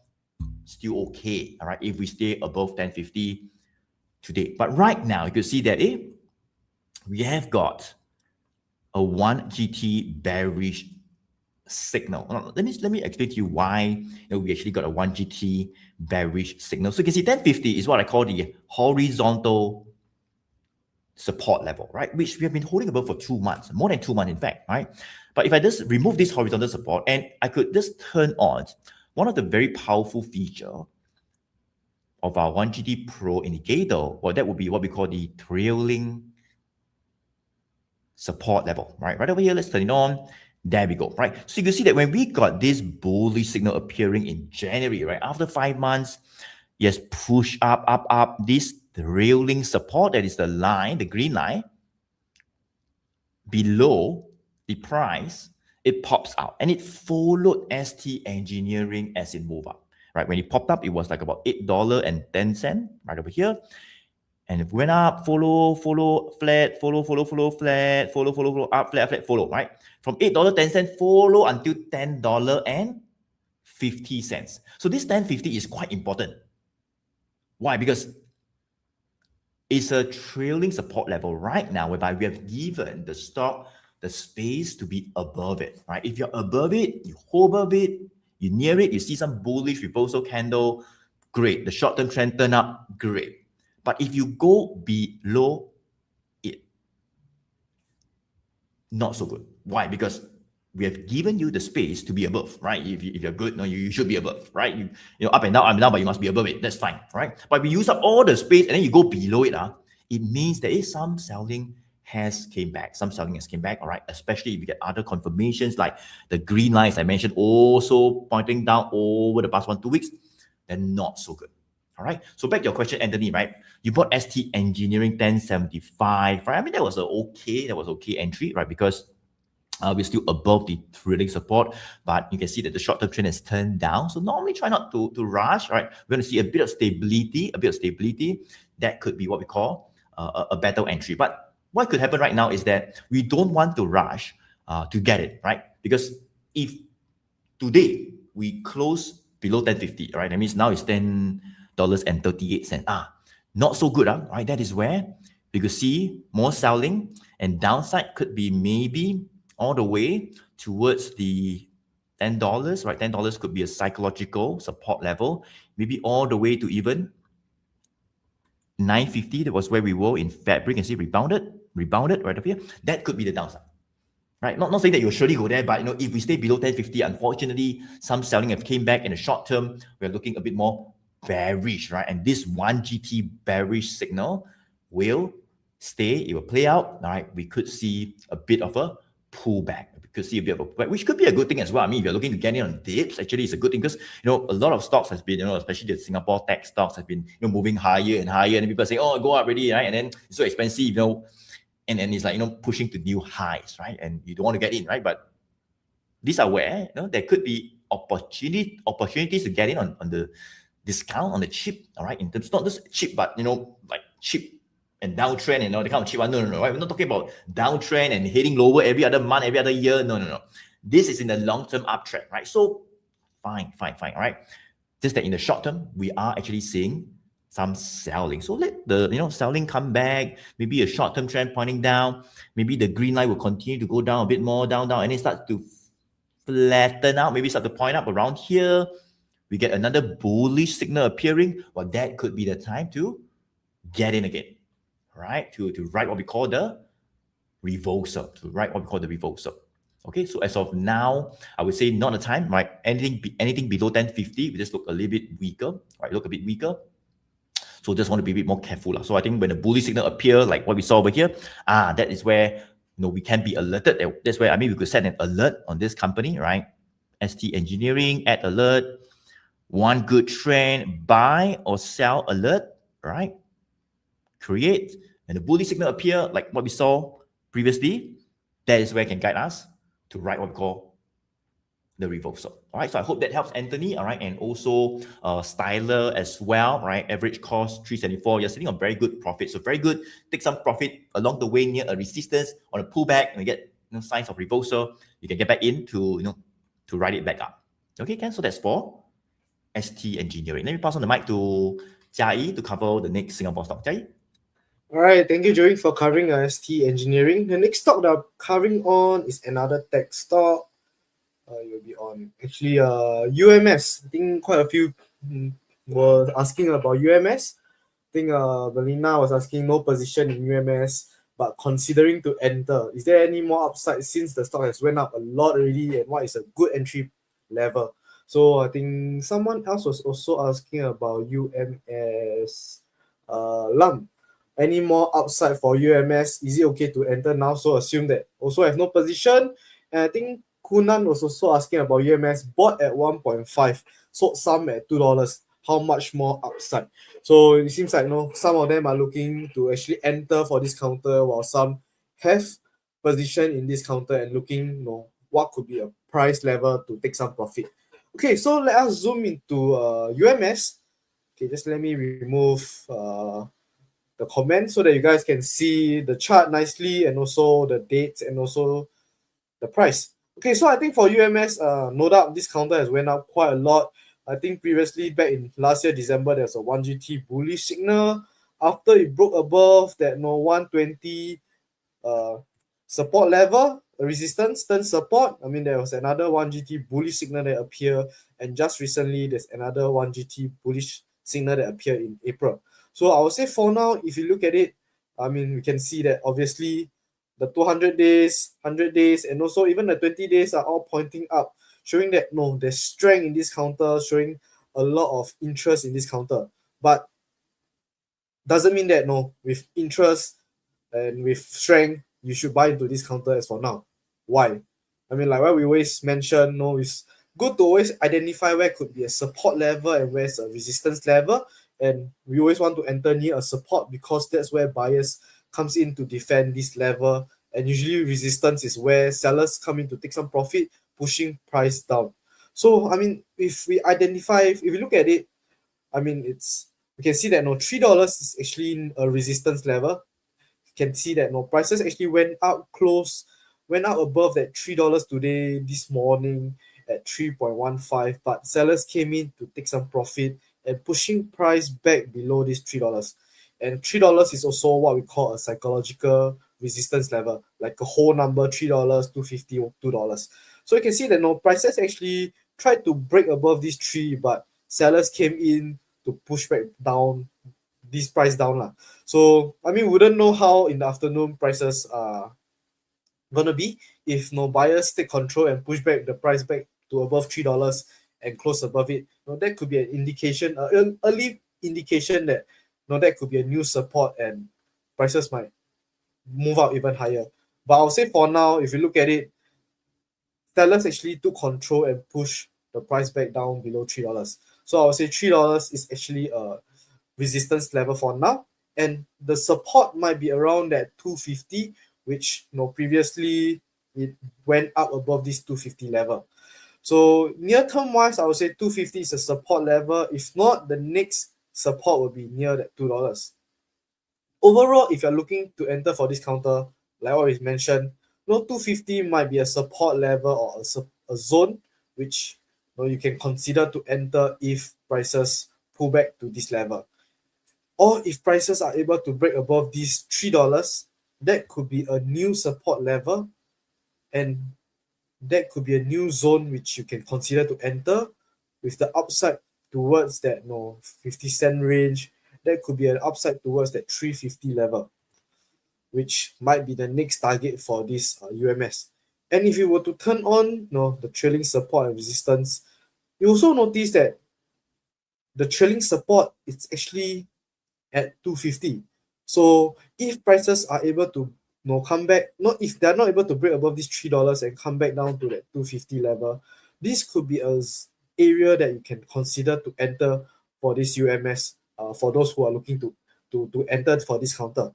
But for like Kunan, who is looking to sell or to take some profit, I would say there's nothing wrong to take some profit near a resistance level, which is $3.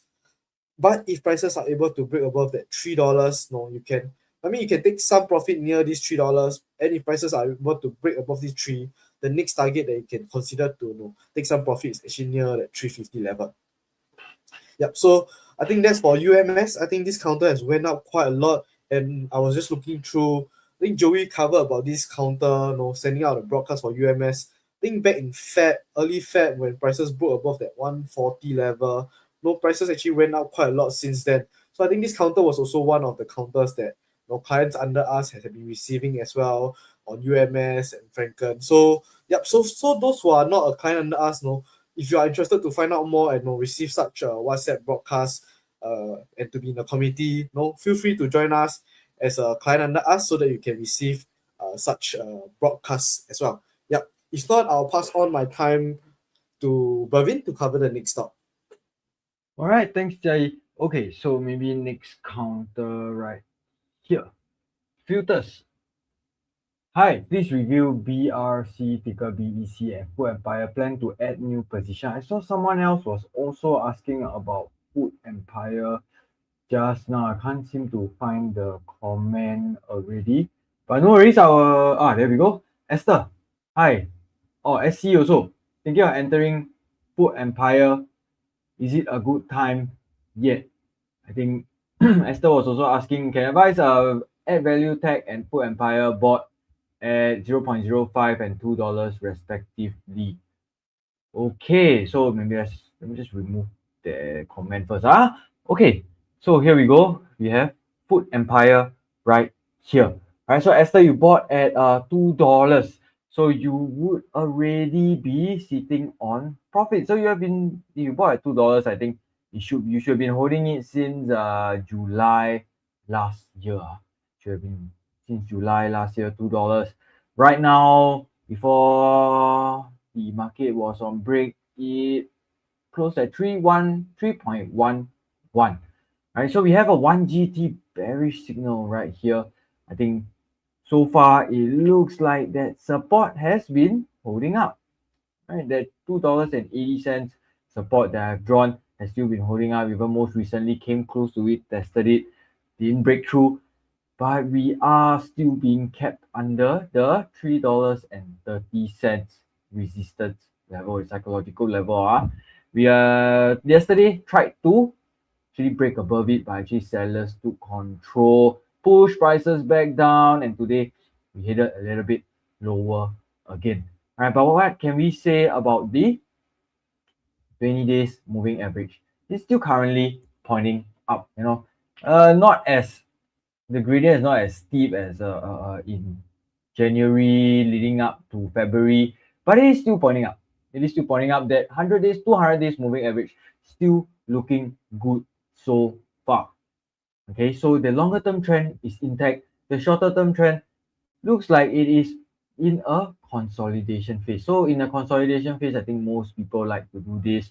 Now you can get in, get out, get in, and get out as many times as you like until prices break above the consolidation range. I think nothing wrong to do that, but I think you got to position yourself within that buy zone. All right, let's just use the buy zone as maybe $2 to maybe about $2.90.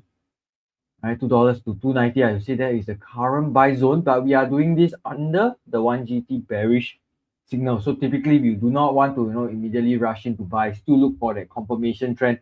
Yes, right now we have the 20 days moving average looking not too bad. 100 days, 200 days looking not too bad. So there's nothing wrong.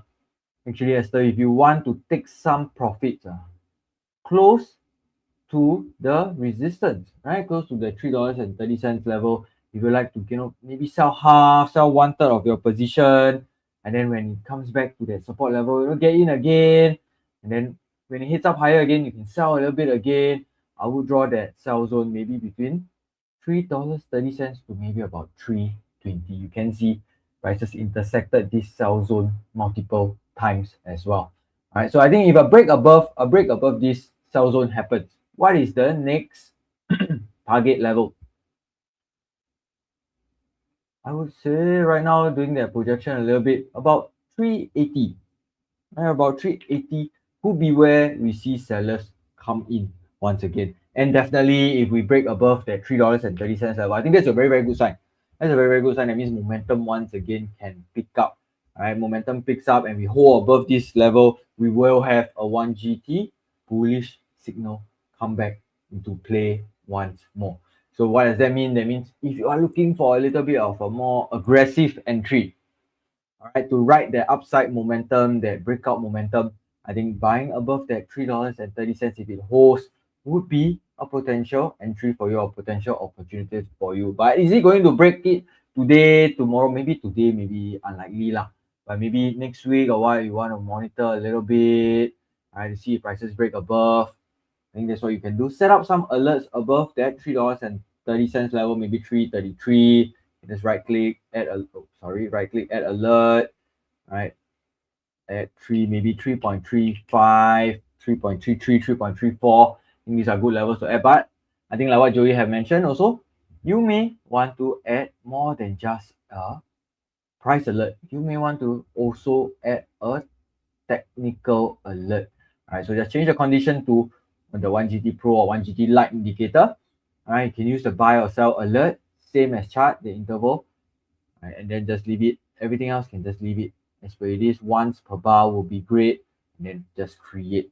All right, so if there's any new 1GT bullish or bearish signal, you will then be alerted towards it. Then come into the chart, see if all the trend confirmations, all the trend signals are still there. The uptrend is still intact. We see that momentum, and I think you can position yourself for entry. But don't forget to always do your position sizing, or always do your risk management plan before placing that trade as well. So I think so far so good for Full Empire. Just a little bit of a sideways movement. Trend wise is still looking very good in the long term sense. In the shorter term sense, we are looking at a little bit of a consolidation pattern. A breakout above it would send prices higher towards the next $3.80 target. All right, so that's a very quick one for Full Empire. Passing the time back to Joey for the next talk. All right, thank you so much. All right, let's move on to the next one. Okay, and let's just go one more round. So I think, guys, we have covered a total of like 15 Singapore stocks already. So right at the beginning, I talked about the markets, right? The S&P 500 index, even the Singapore's STI, and then we dive into like 15 stocks. So if you miss any stocks, so very quickly, let me just say the names of the stock. In fact, some of the stocks that you guys were asking about is already covered, right? So we will not cover it again. Okay, and some of the stocks that you guys were asking about, it could be one of the bonus stocks that we actually want to share at the end. All right. So in case we never cover it, right, because we'll be covering at the end, right, then we will not cover it. All right. So make sure you stay all the way to the end if you want to know what are the 3 bonus stocks that we have in our watch list for potentially even more upside. Okay. Now, what are all the stocks covered? Very quickly, Keppel, Cheong. I think some of you are asking about Cheong. We did that already right at the beginning.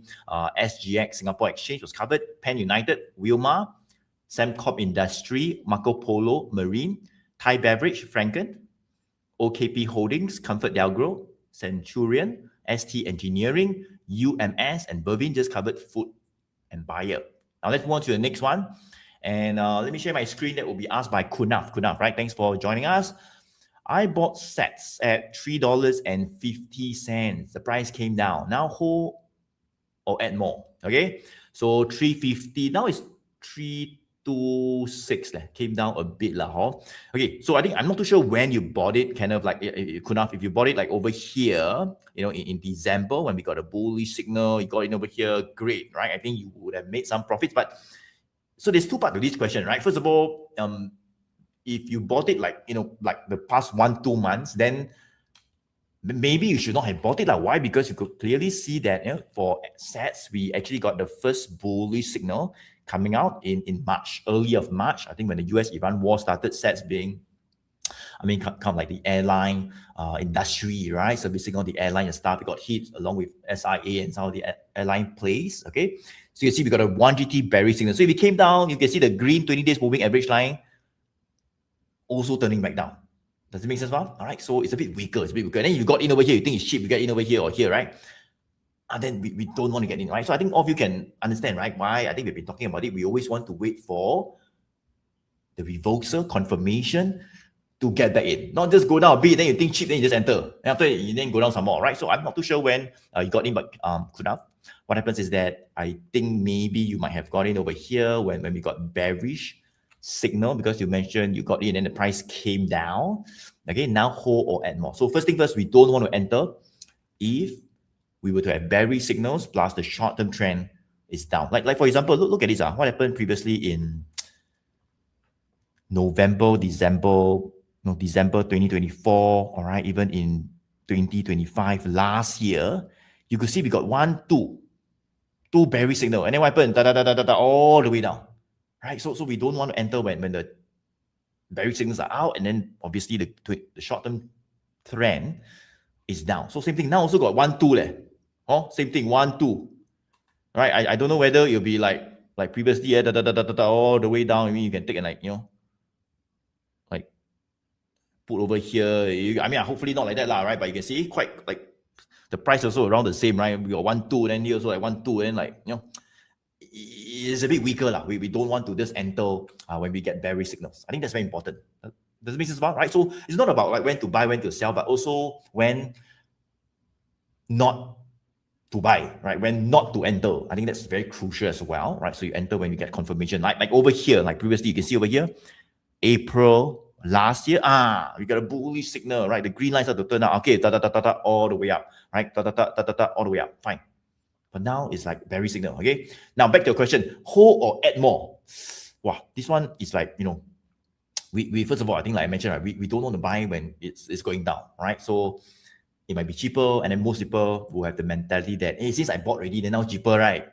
Then you average down, right? You go and buy some more, right? So that it's lower than your cost price, right? So you rebound easier to get out, correct? I think that's what most people have, right? Because most people like to buy cheap stuff. In the real world, we like to go for bargains, Singapore sale, and all the kind of sale, right?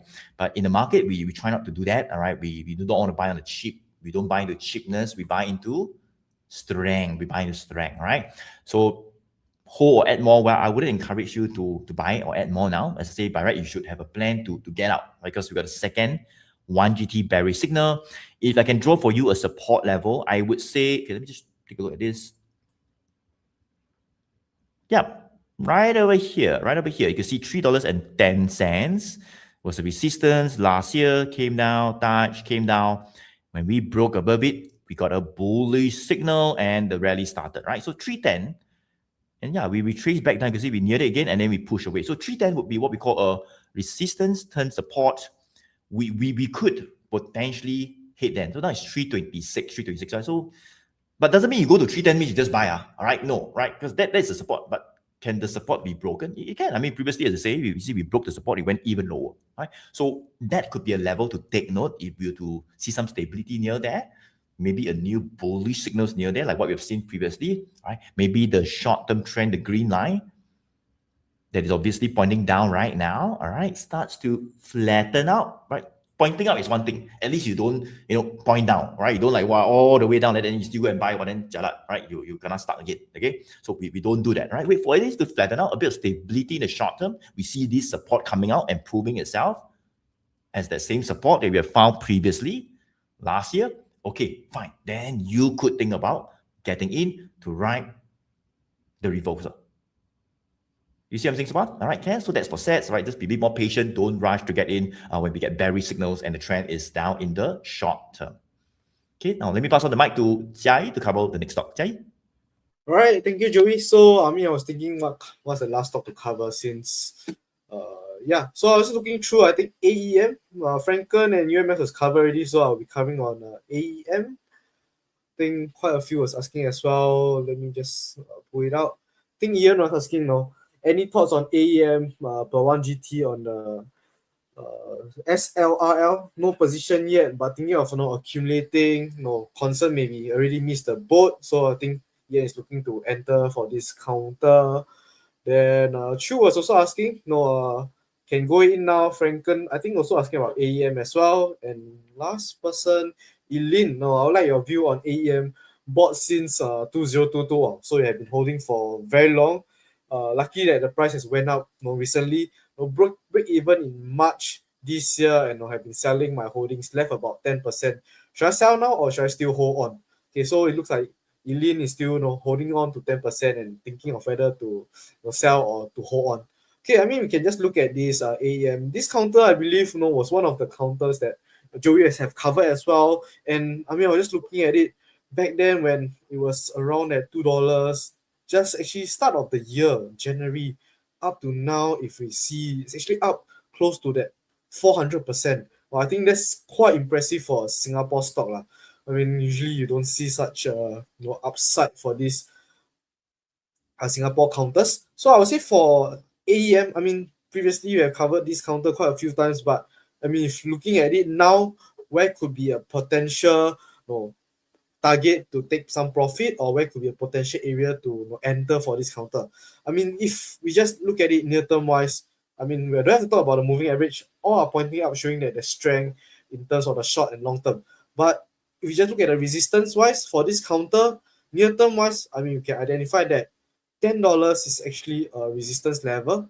I mean, it's a psychological resistance level where prices actually broke above these $10 today, went close to that $10.66 or I think $10.68 high, and sellers actually came in to take some profit, pushing price back down to $10. I mean, if I previously bought it at $2, I mean, I will be selling it also, I mean, 400% to secure the profit. So I mean, you can see that sellers are coming in to push back the price down below that $10 as for before in the morning.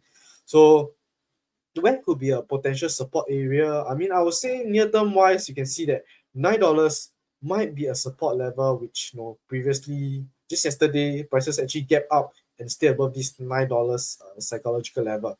And near term wise, $10 is actually a resistance.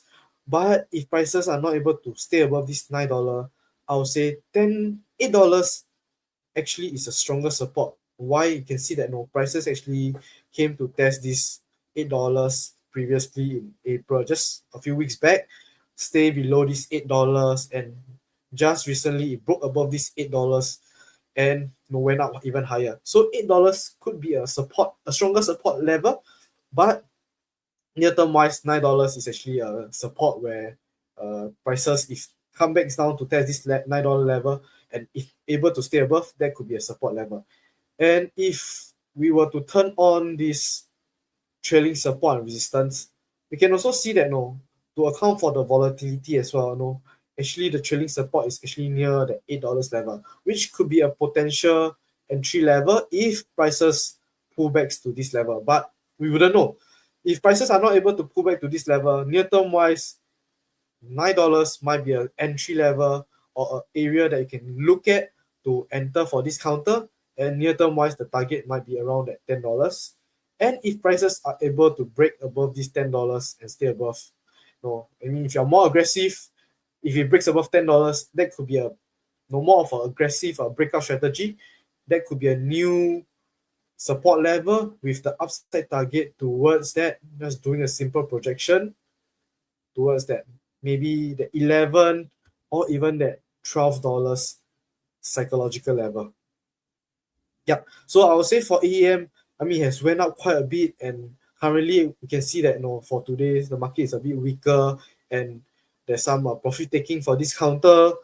If you want, you can monitor for this counter, put into a watch list, but doesn't mean that you should enter for this counter as for now. If you want to enter near that $9 support level, that might be a more better entry level, which your risk to reward might be better as well. So this is for AEM. It's not. I think hopefully that's answer the questions for those who want to enter, and also for Eileen, who is thinking of whether to let go or not. Nothing wrong to let go at near the $10 resistance level, and maybe after that, if prices break above this 10, that could be more upside. That could be another entry level, or that could be another entry trade when prices break above 10 and you re-enter again afterwards. Yep. If not, that's all for AEM. I'll pass on my time to Mervin to cover the next stock. Thanks, Terry.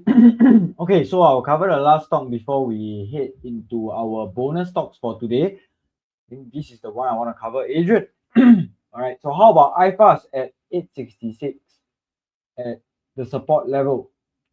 I think Julian also is asking, for IFAS at 8.9, should I sell or hold? Let me just change the screen for now. Okay, here we go. We have IFAS on the screen right now. What really stands out to me here is that 1 GT bearish signal under that, or is it above the very, very long candlestick right there, where prices made quite a big range of movement on this day itself after earnings was announced the day previously. So you can tell that the volatility is a lot higher on the day. At the same time, the 100 days, 200 days moving average for IFAS is starting to change a little bit.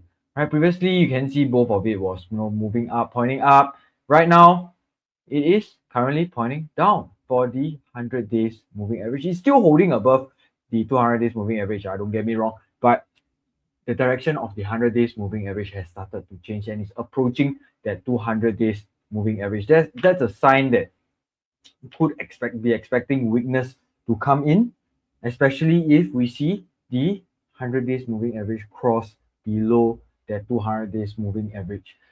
The 20 days moving average was, has always been moving in a very, very wide range, but currently it has started to point down, crossed below that 200 days moving average already, and right now we're very close to that $8.50 level.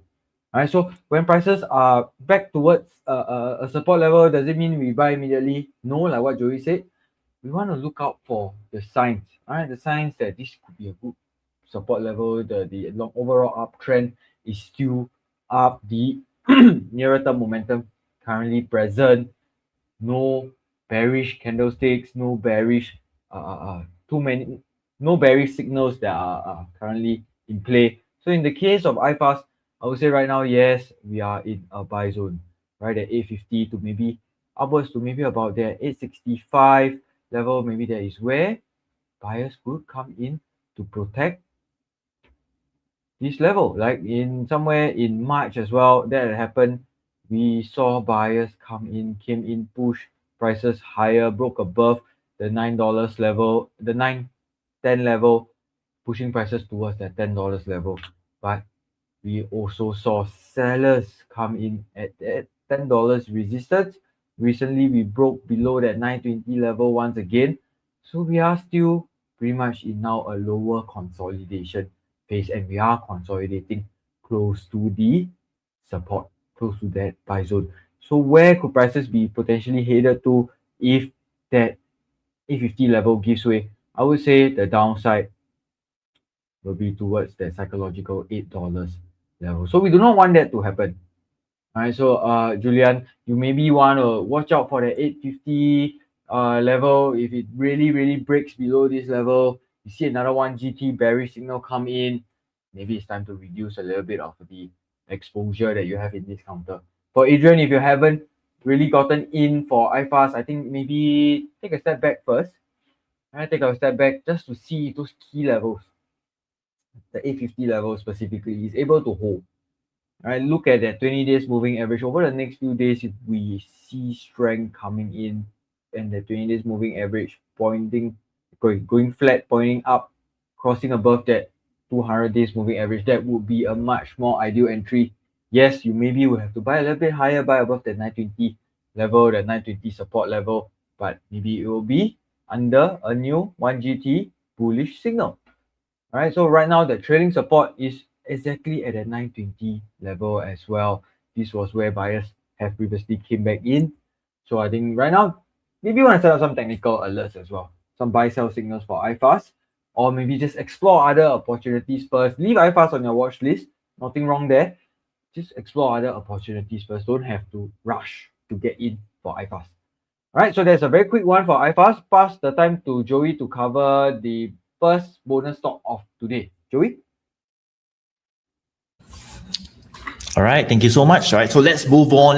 Guys. So you can see, guys, that we have covered a total of like 18 stocks, right? So I see there's still a lot. So in fact, there's like more than 60 over stocks in the chat, guys. I'm very sorry that we're not able to cover all of it. Hopefully, you can join us the next time, and that's where we'll find some time to cover your stocks, okay? But we have to move on to the next segment, which will be the bonus stocks that me and my team would like to share with you, okay? So what will be the stock I'd like to share with you? Let me go to share my screen, okay? And this stock is none other than this company called UOB, right? UOB, yeah, the three Singapore banks, right? So we have like DBS, OCBC, and UOB. So what happens was, a couple of days back, you can check out my YouTube channel. That's where I kind of like publish a video on the Singapore banks. I talk about some of the key levels.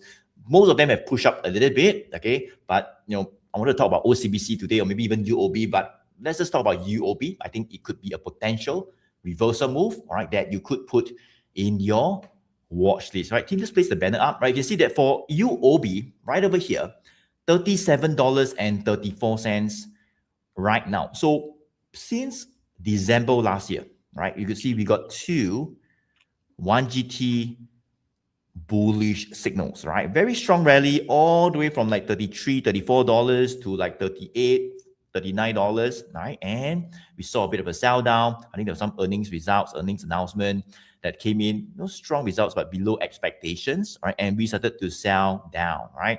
Now, over the past like 1 to 2 months, we were actually consolidating, okay, in this range from like 35 to that 37, right? 37 resistance level. So it's like a $2 range. The green line that was, going down, started to flatten out, right? Maybe point up a bit, but I would say flattening out right now, right?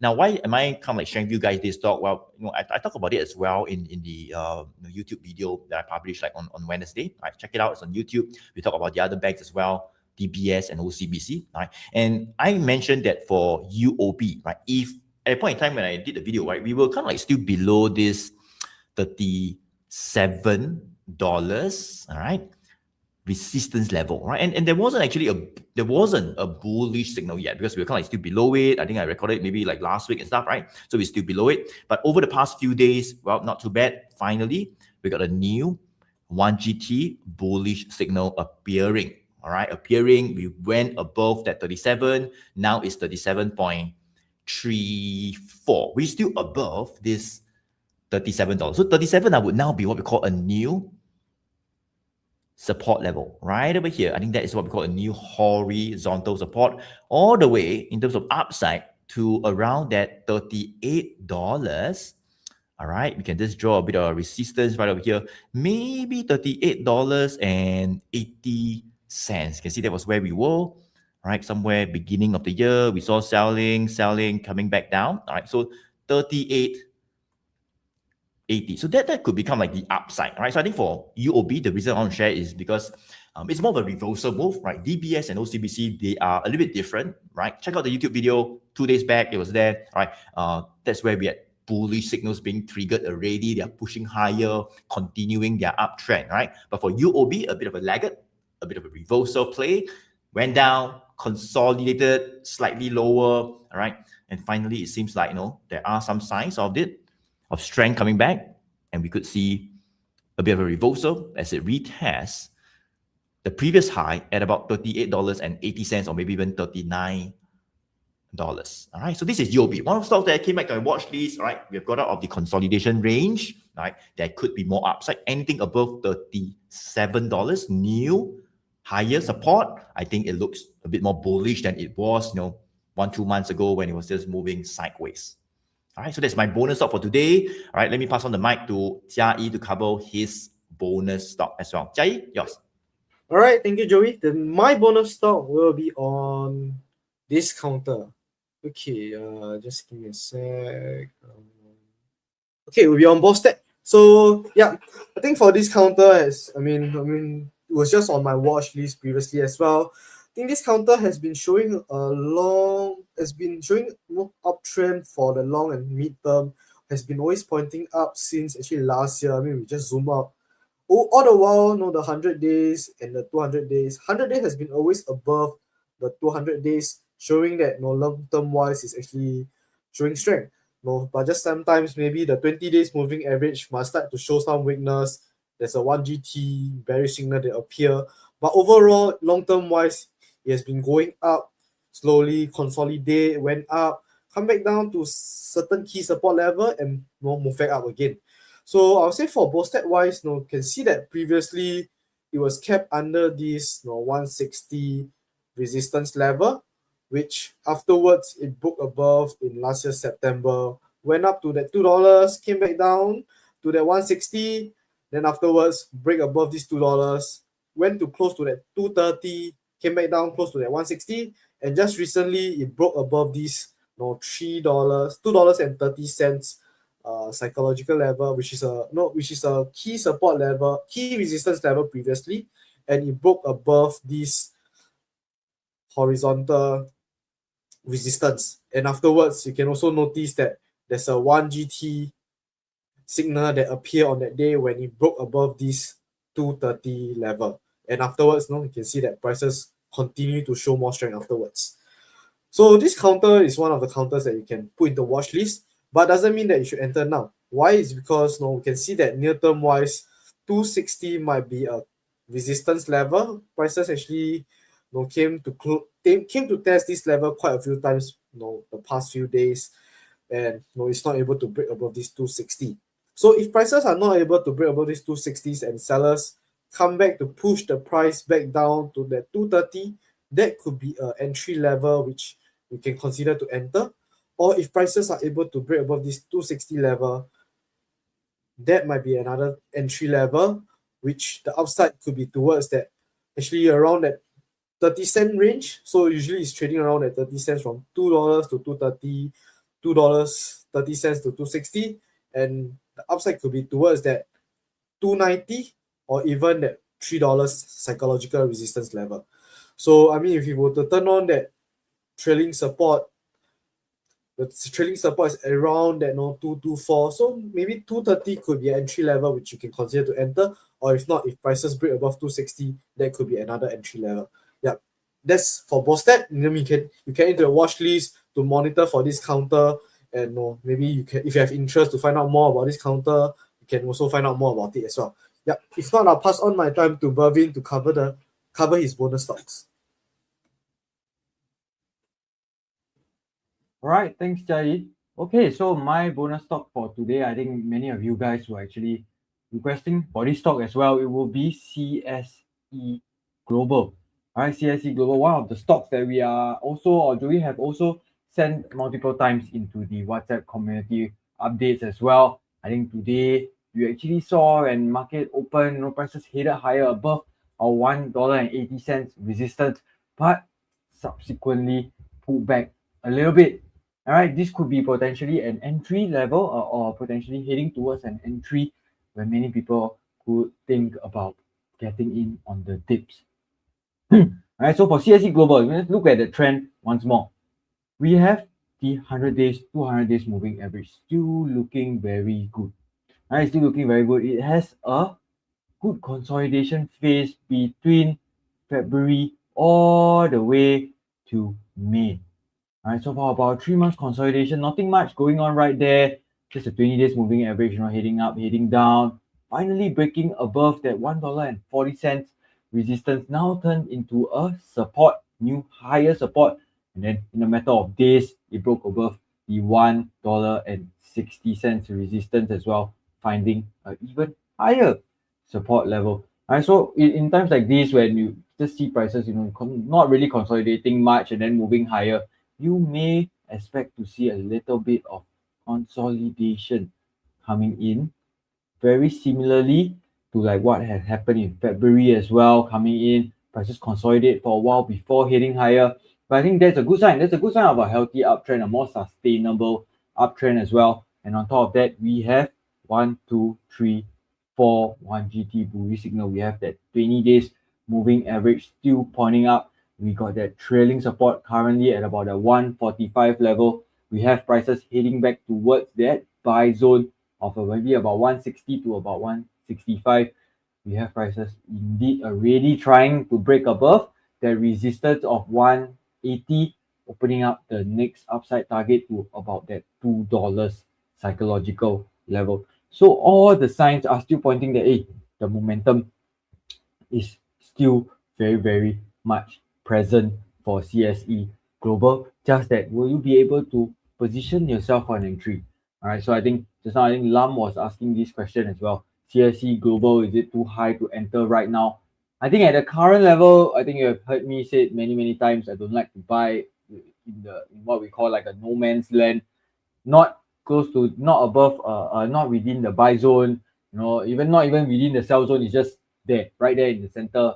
It's right smack in the center of the support and resistance right now. I don't think that is where you actually want to get in. Maybe Lam, you want to see if prices are able to head back to that support zone, 160 to 165. Or if you want to be a little bit more aggressive, I would place the next buy zone above that 180 level, upwards to about that 185 level.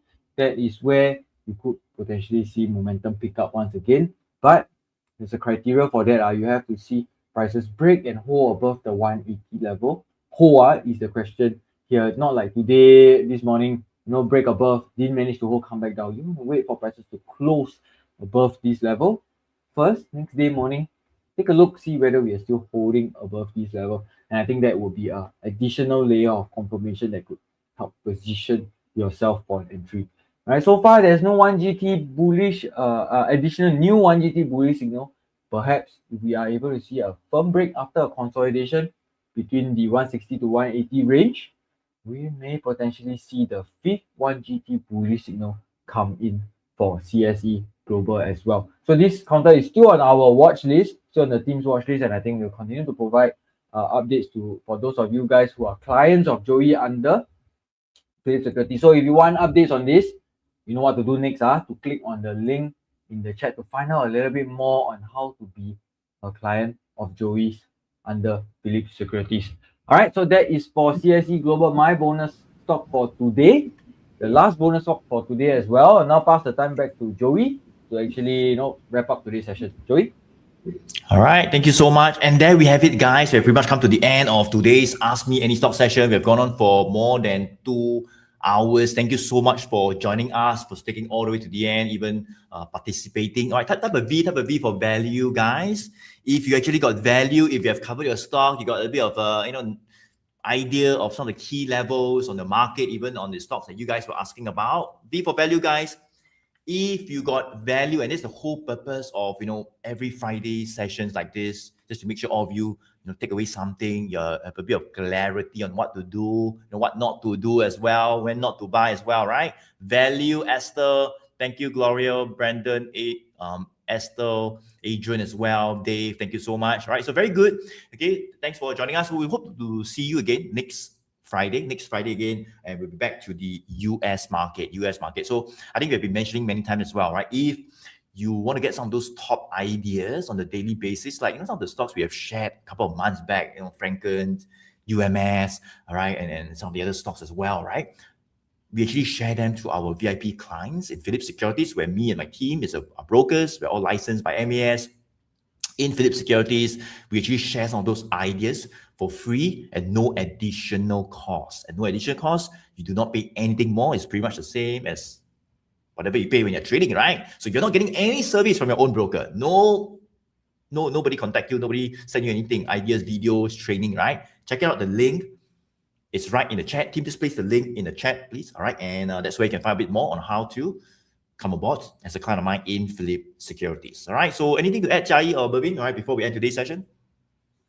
Maybe just one quick thing. Okay, so like maybe two quick things. Firstly, if you guys haven't joined the Joey's 1GT webinar, free webinar yet, I think we can. Maybe Chai, help me place the link in the chat once more. To come aboard or say to join the webinar. It's happening on the 26th of May, Tuesday, 7:30 to 9:30 p.m. All right. If you want to find out a little bit more about the 1GT framework, get a little bit more clarity in your trading plan, then we will see you there.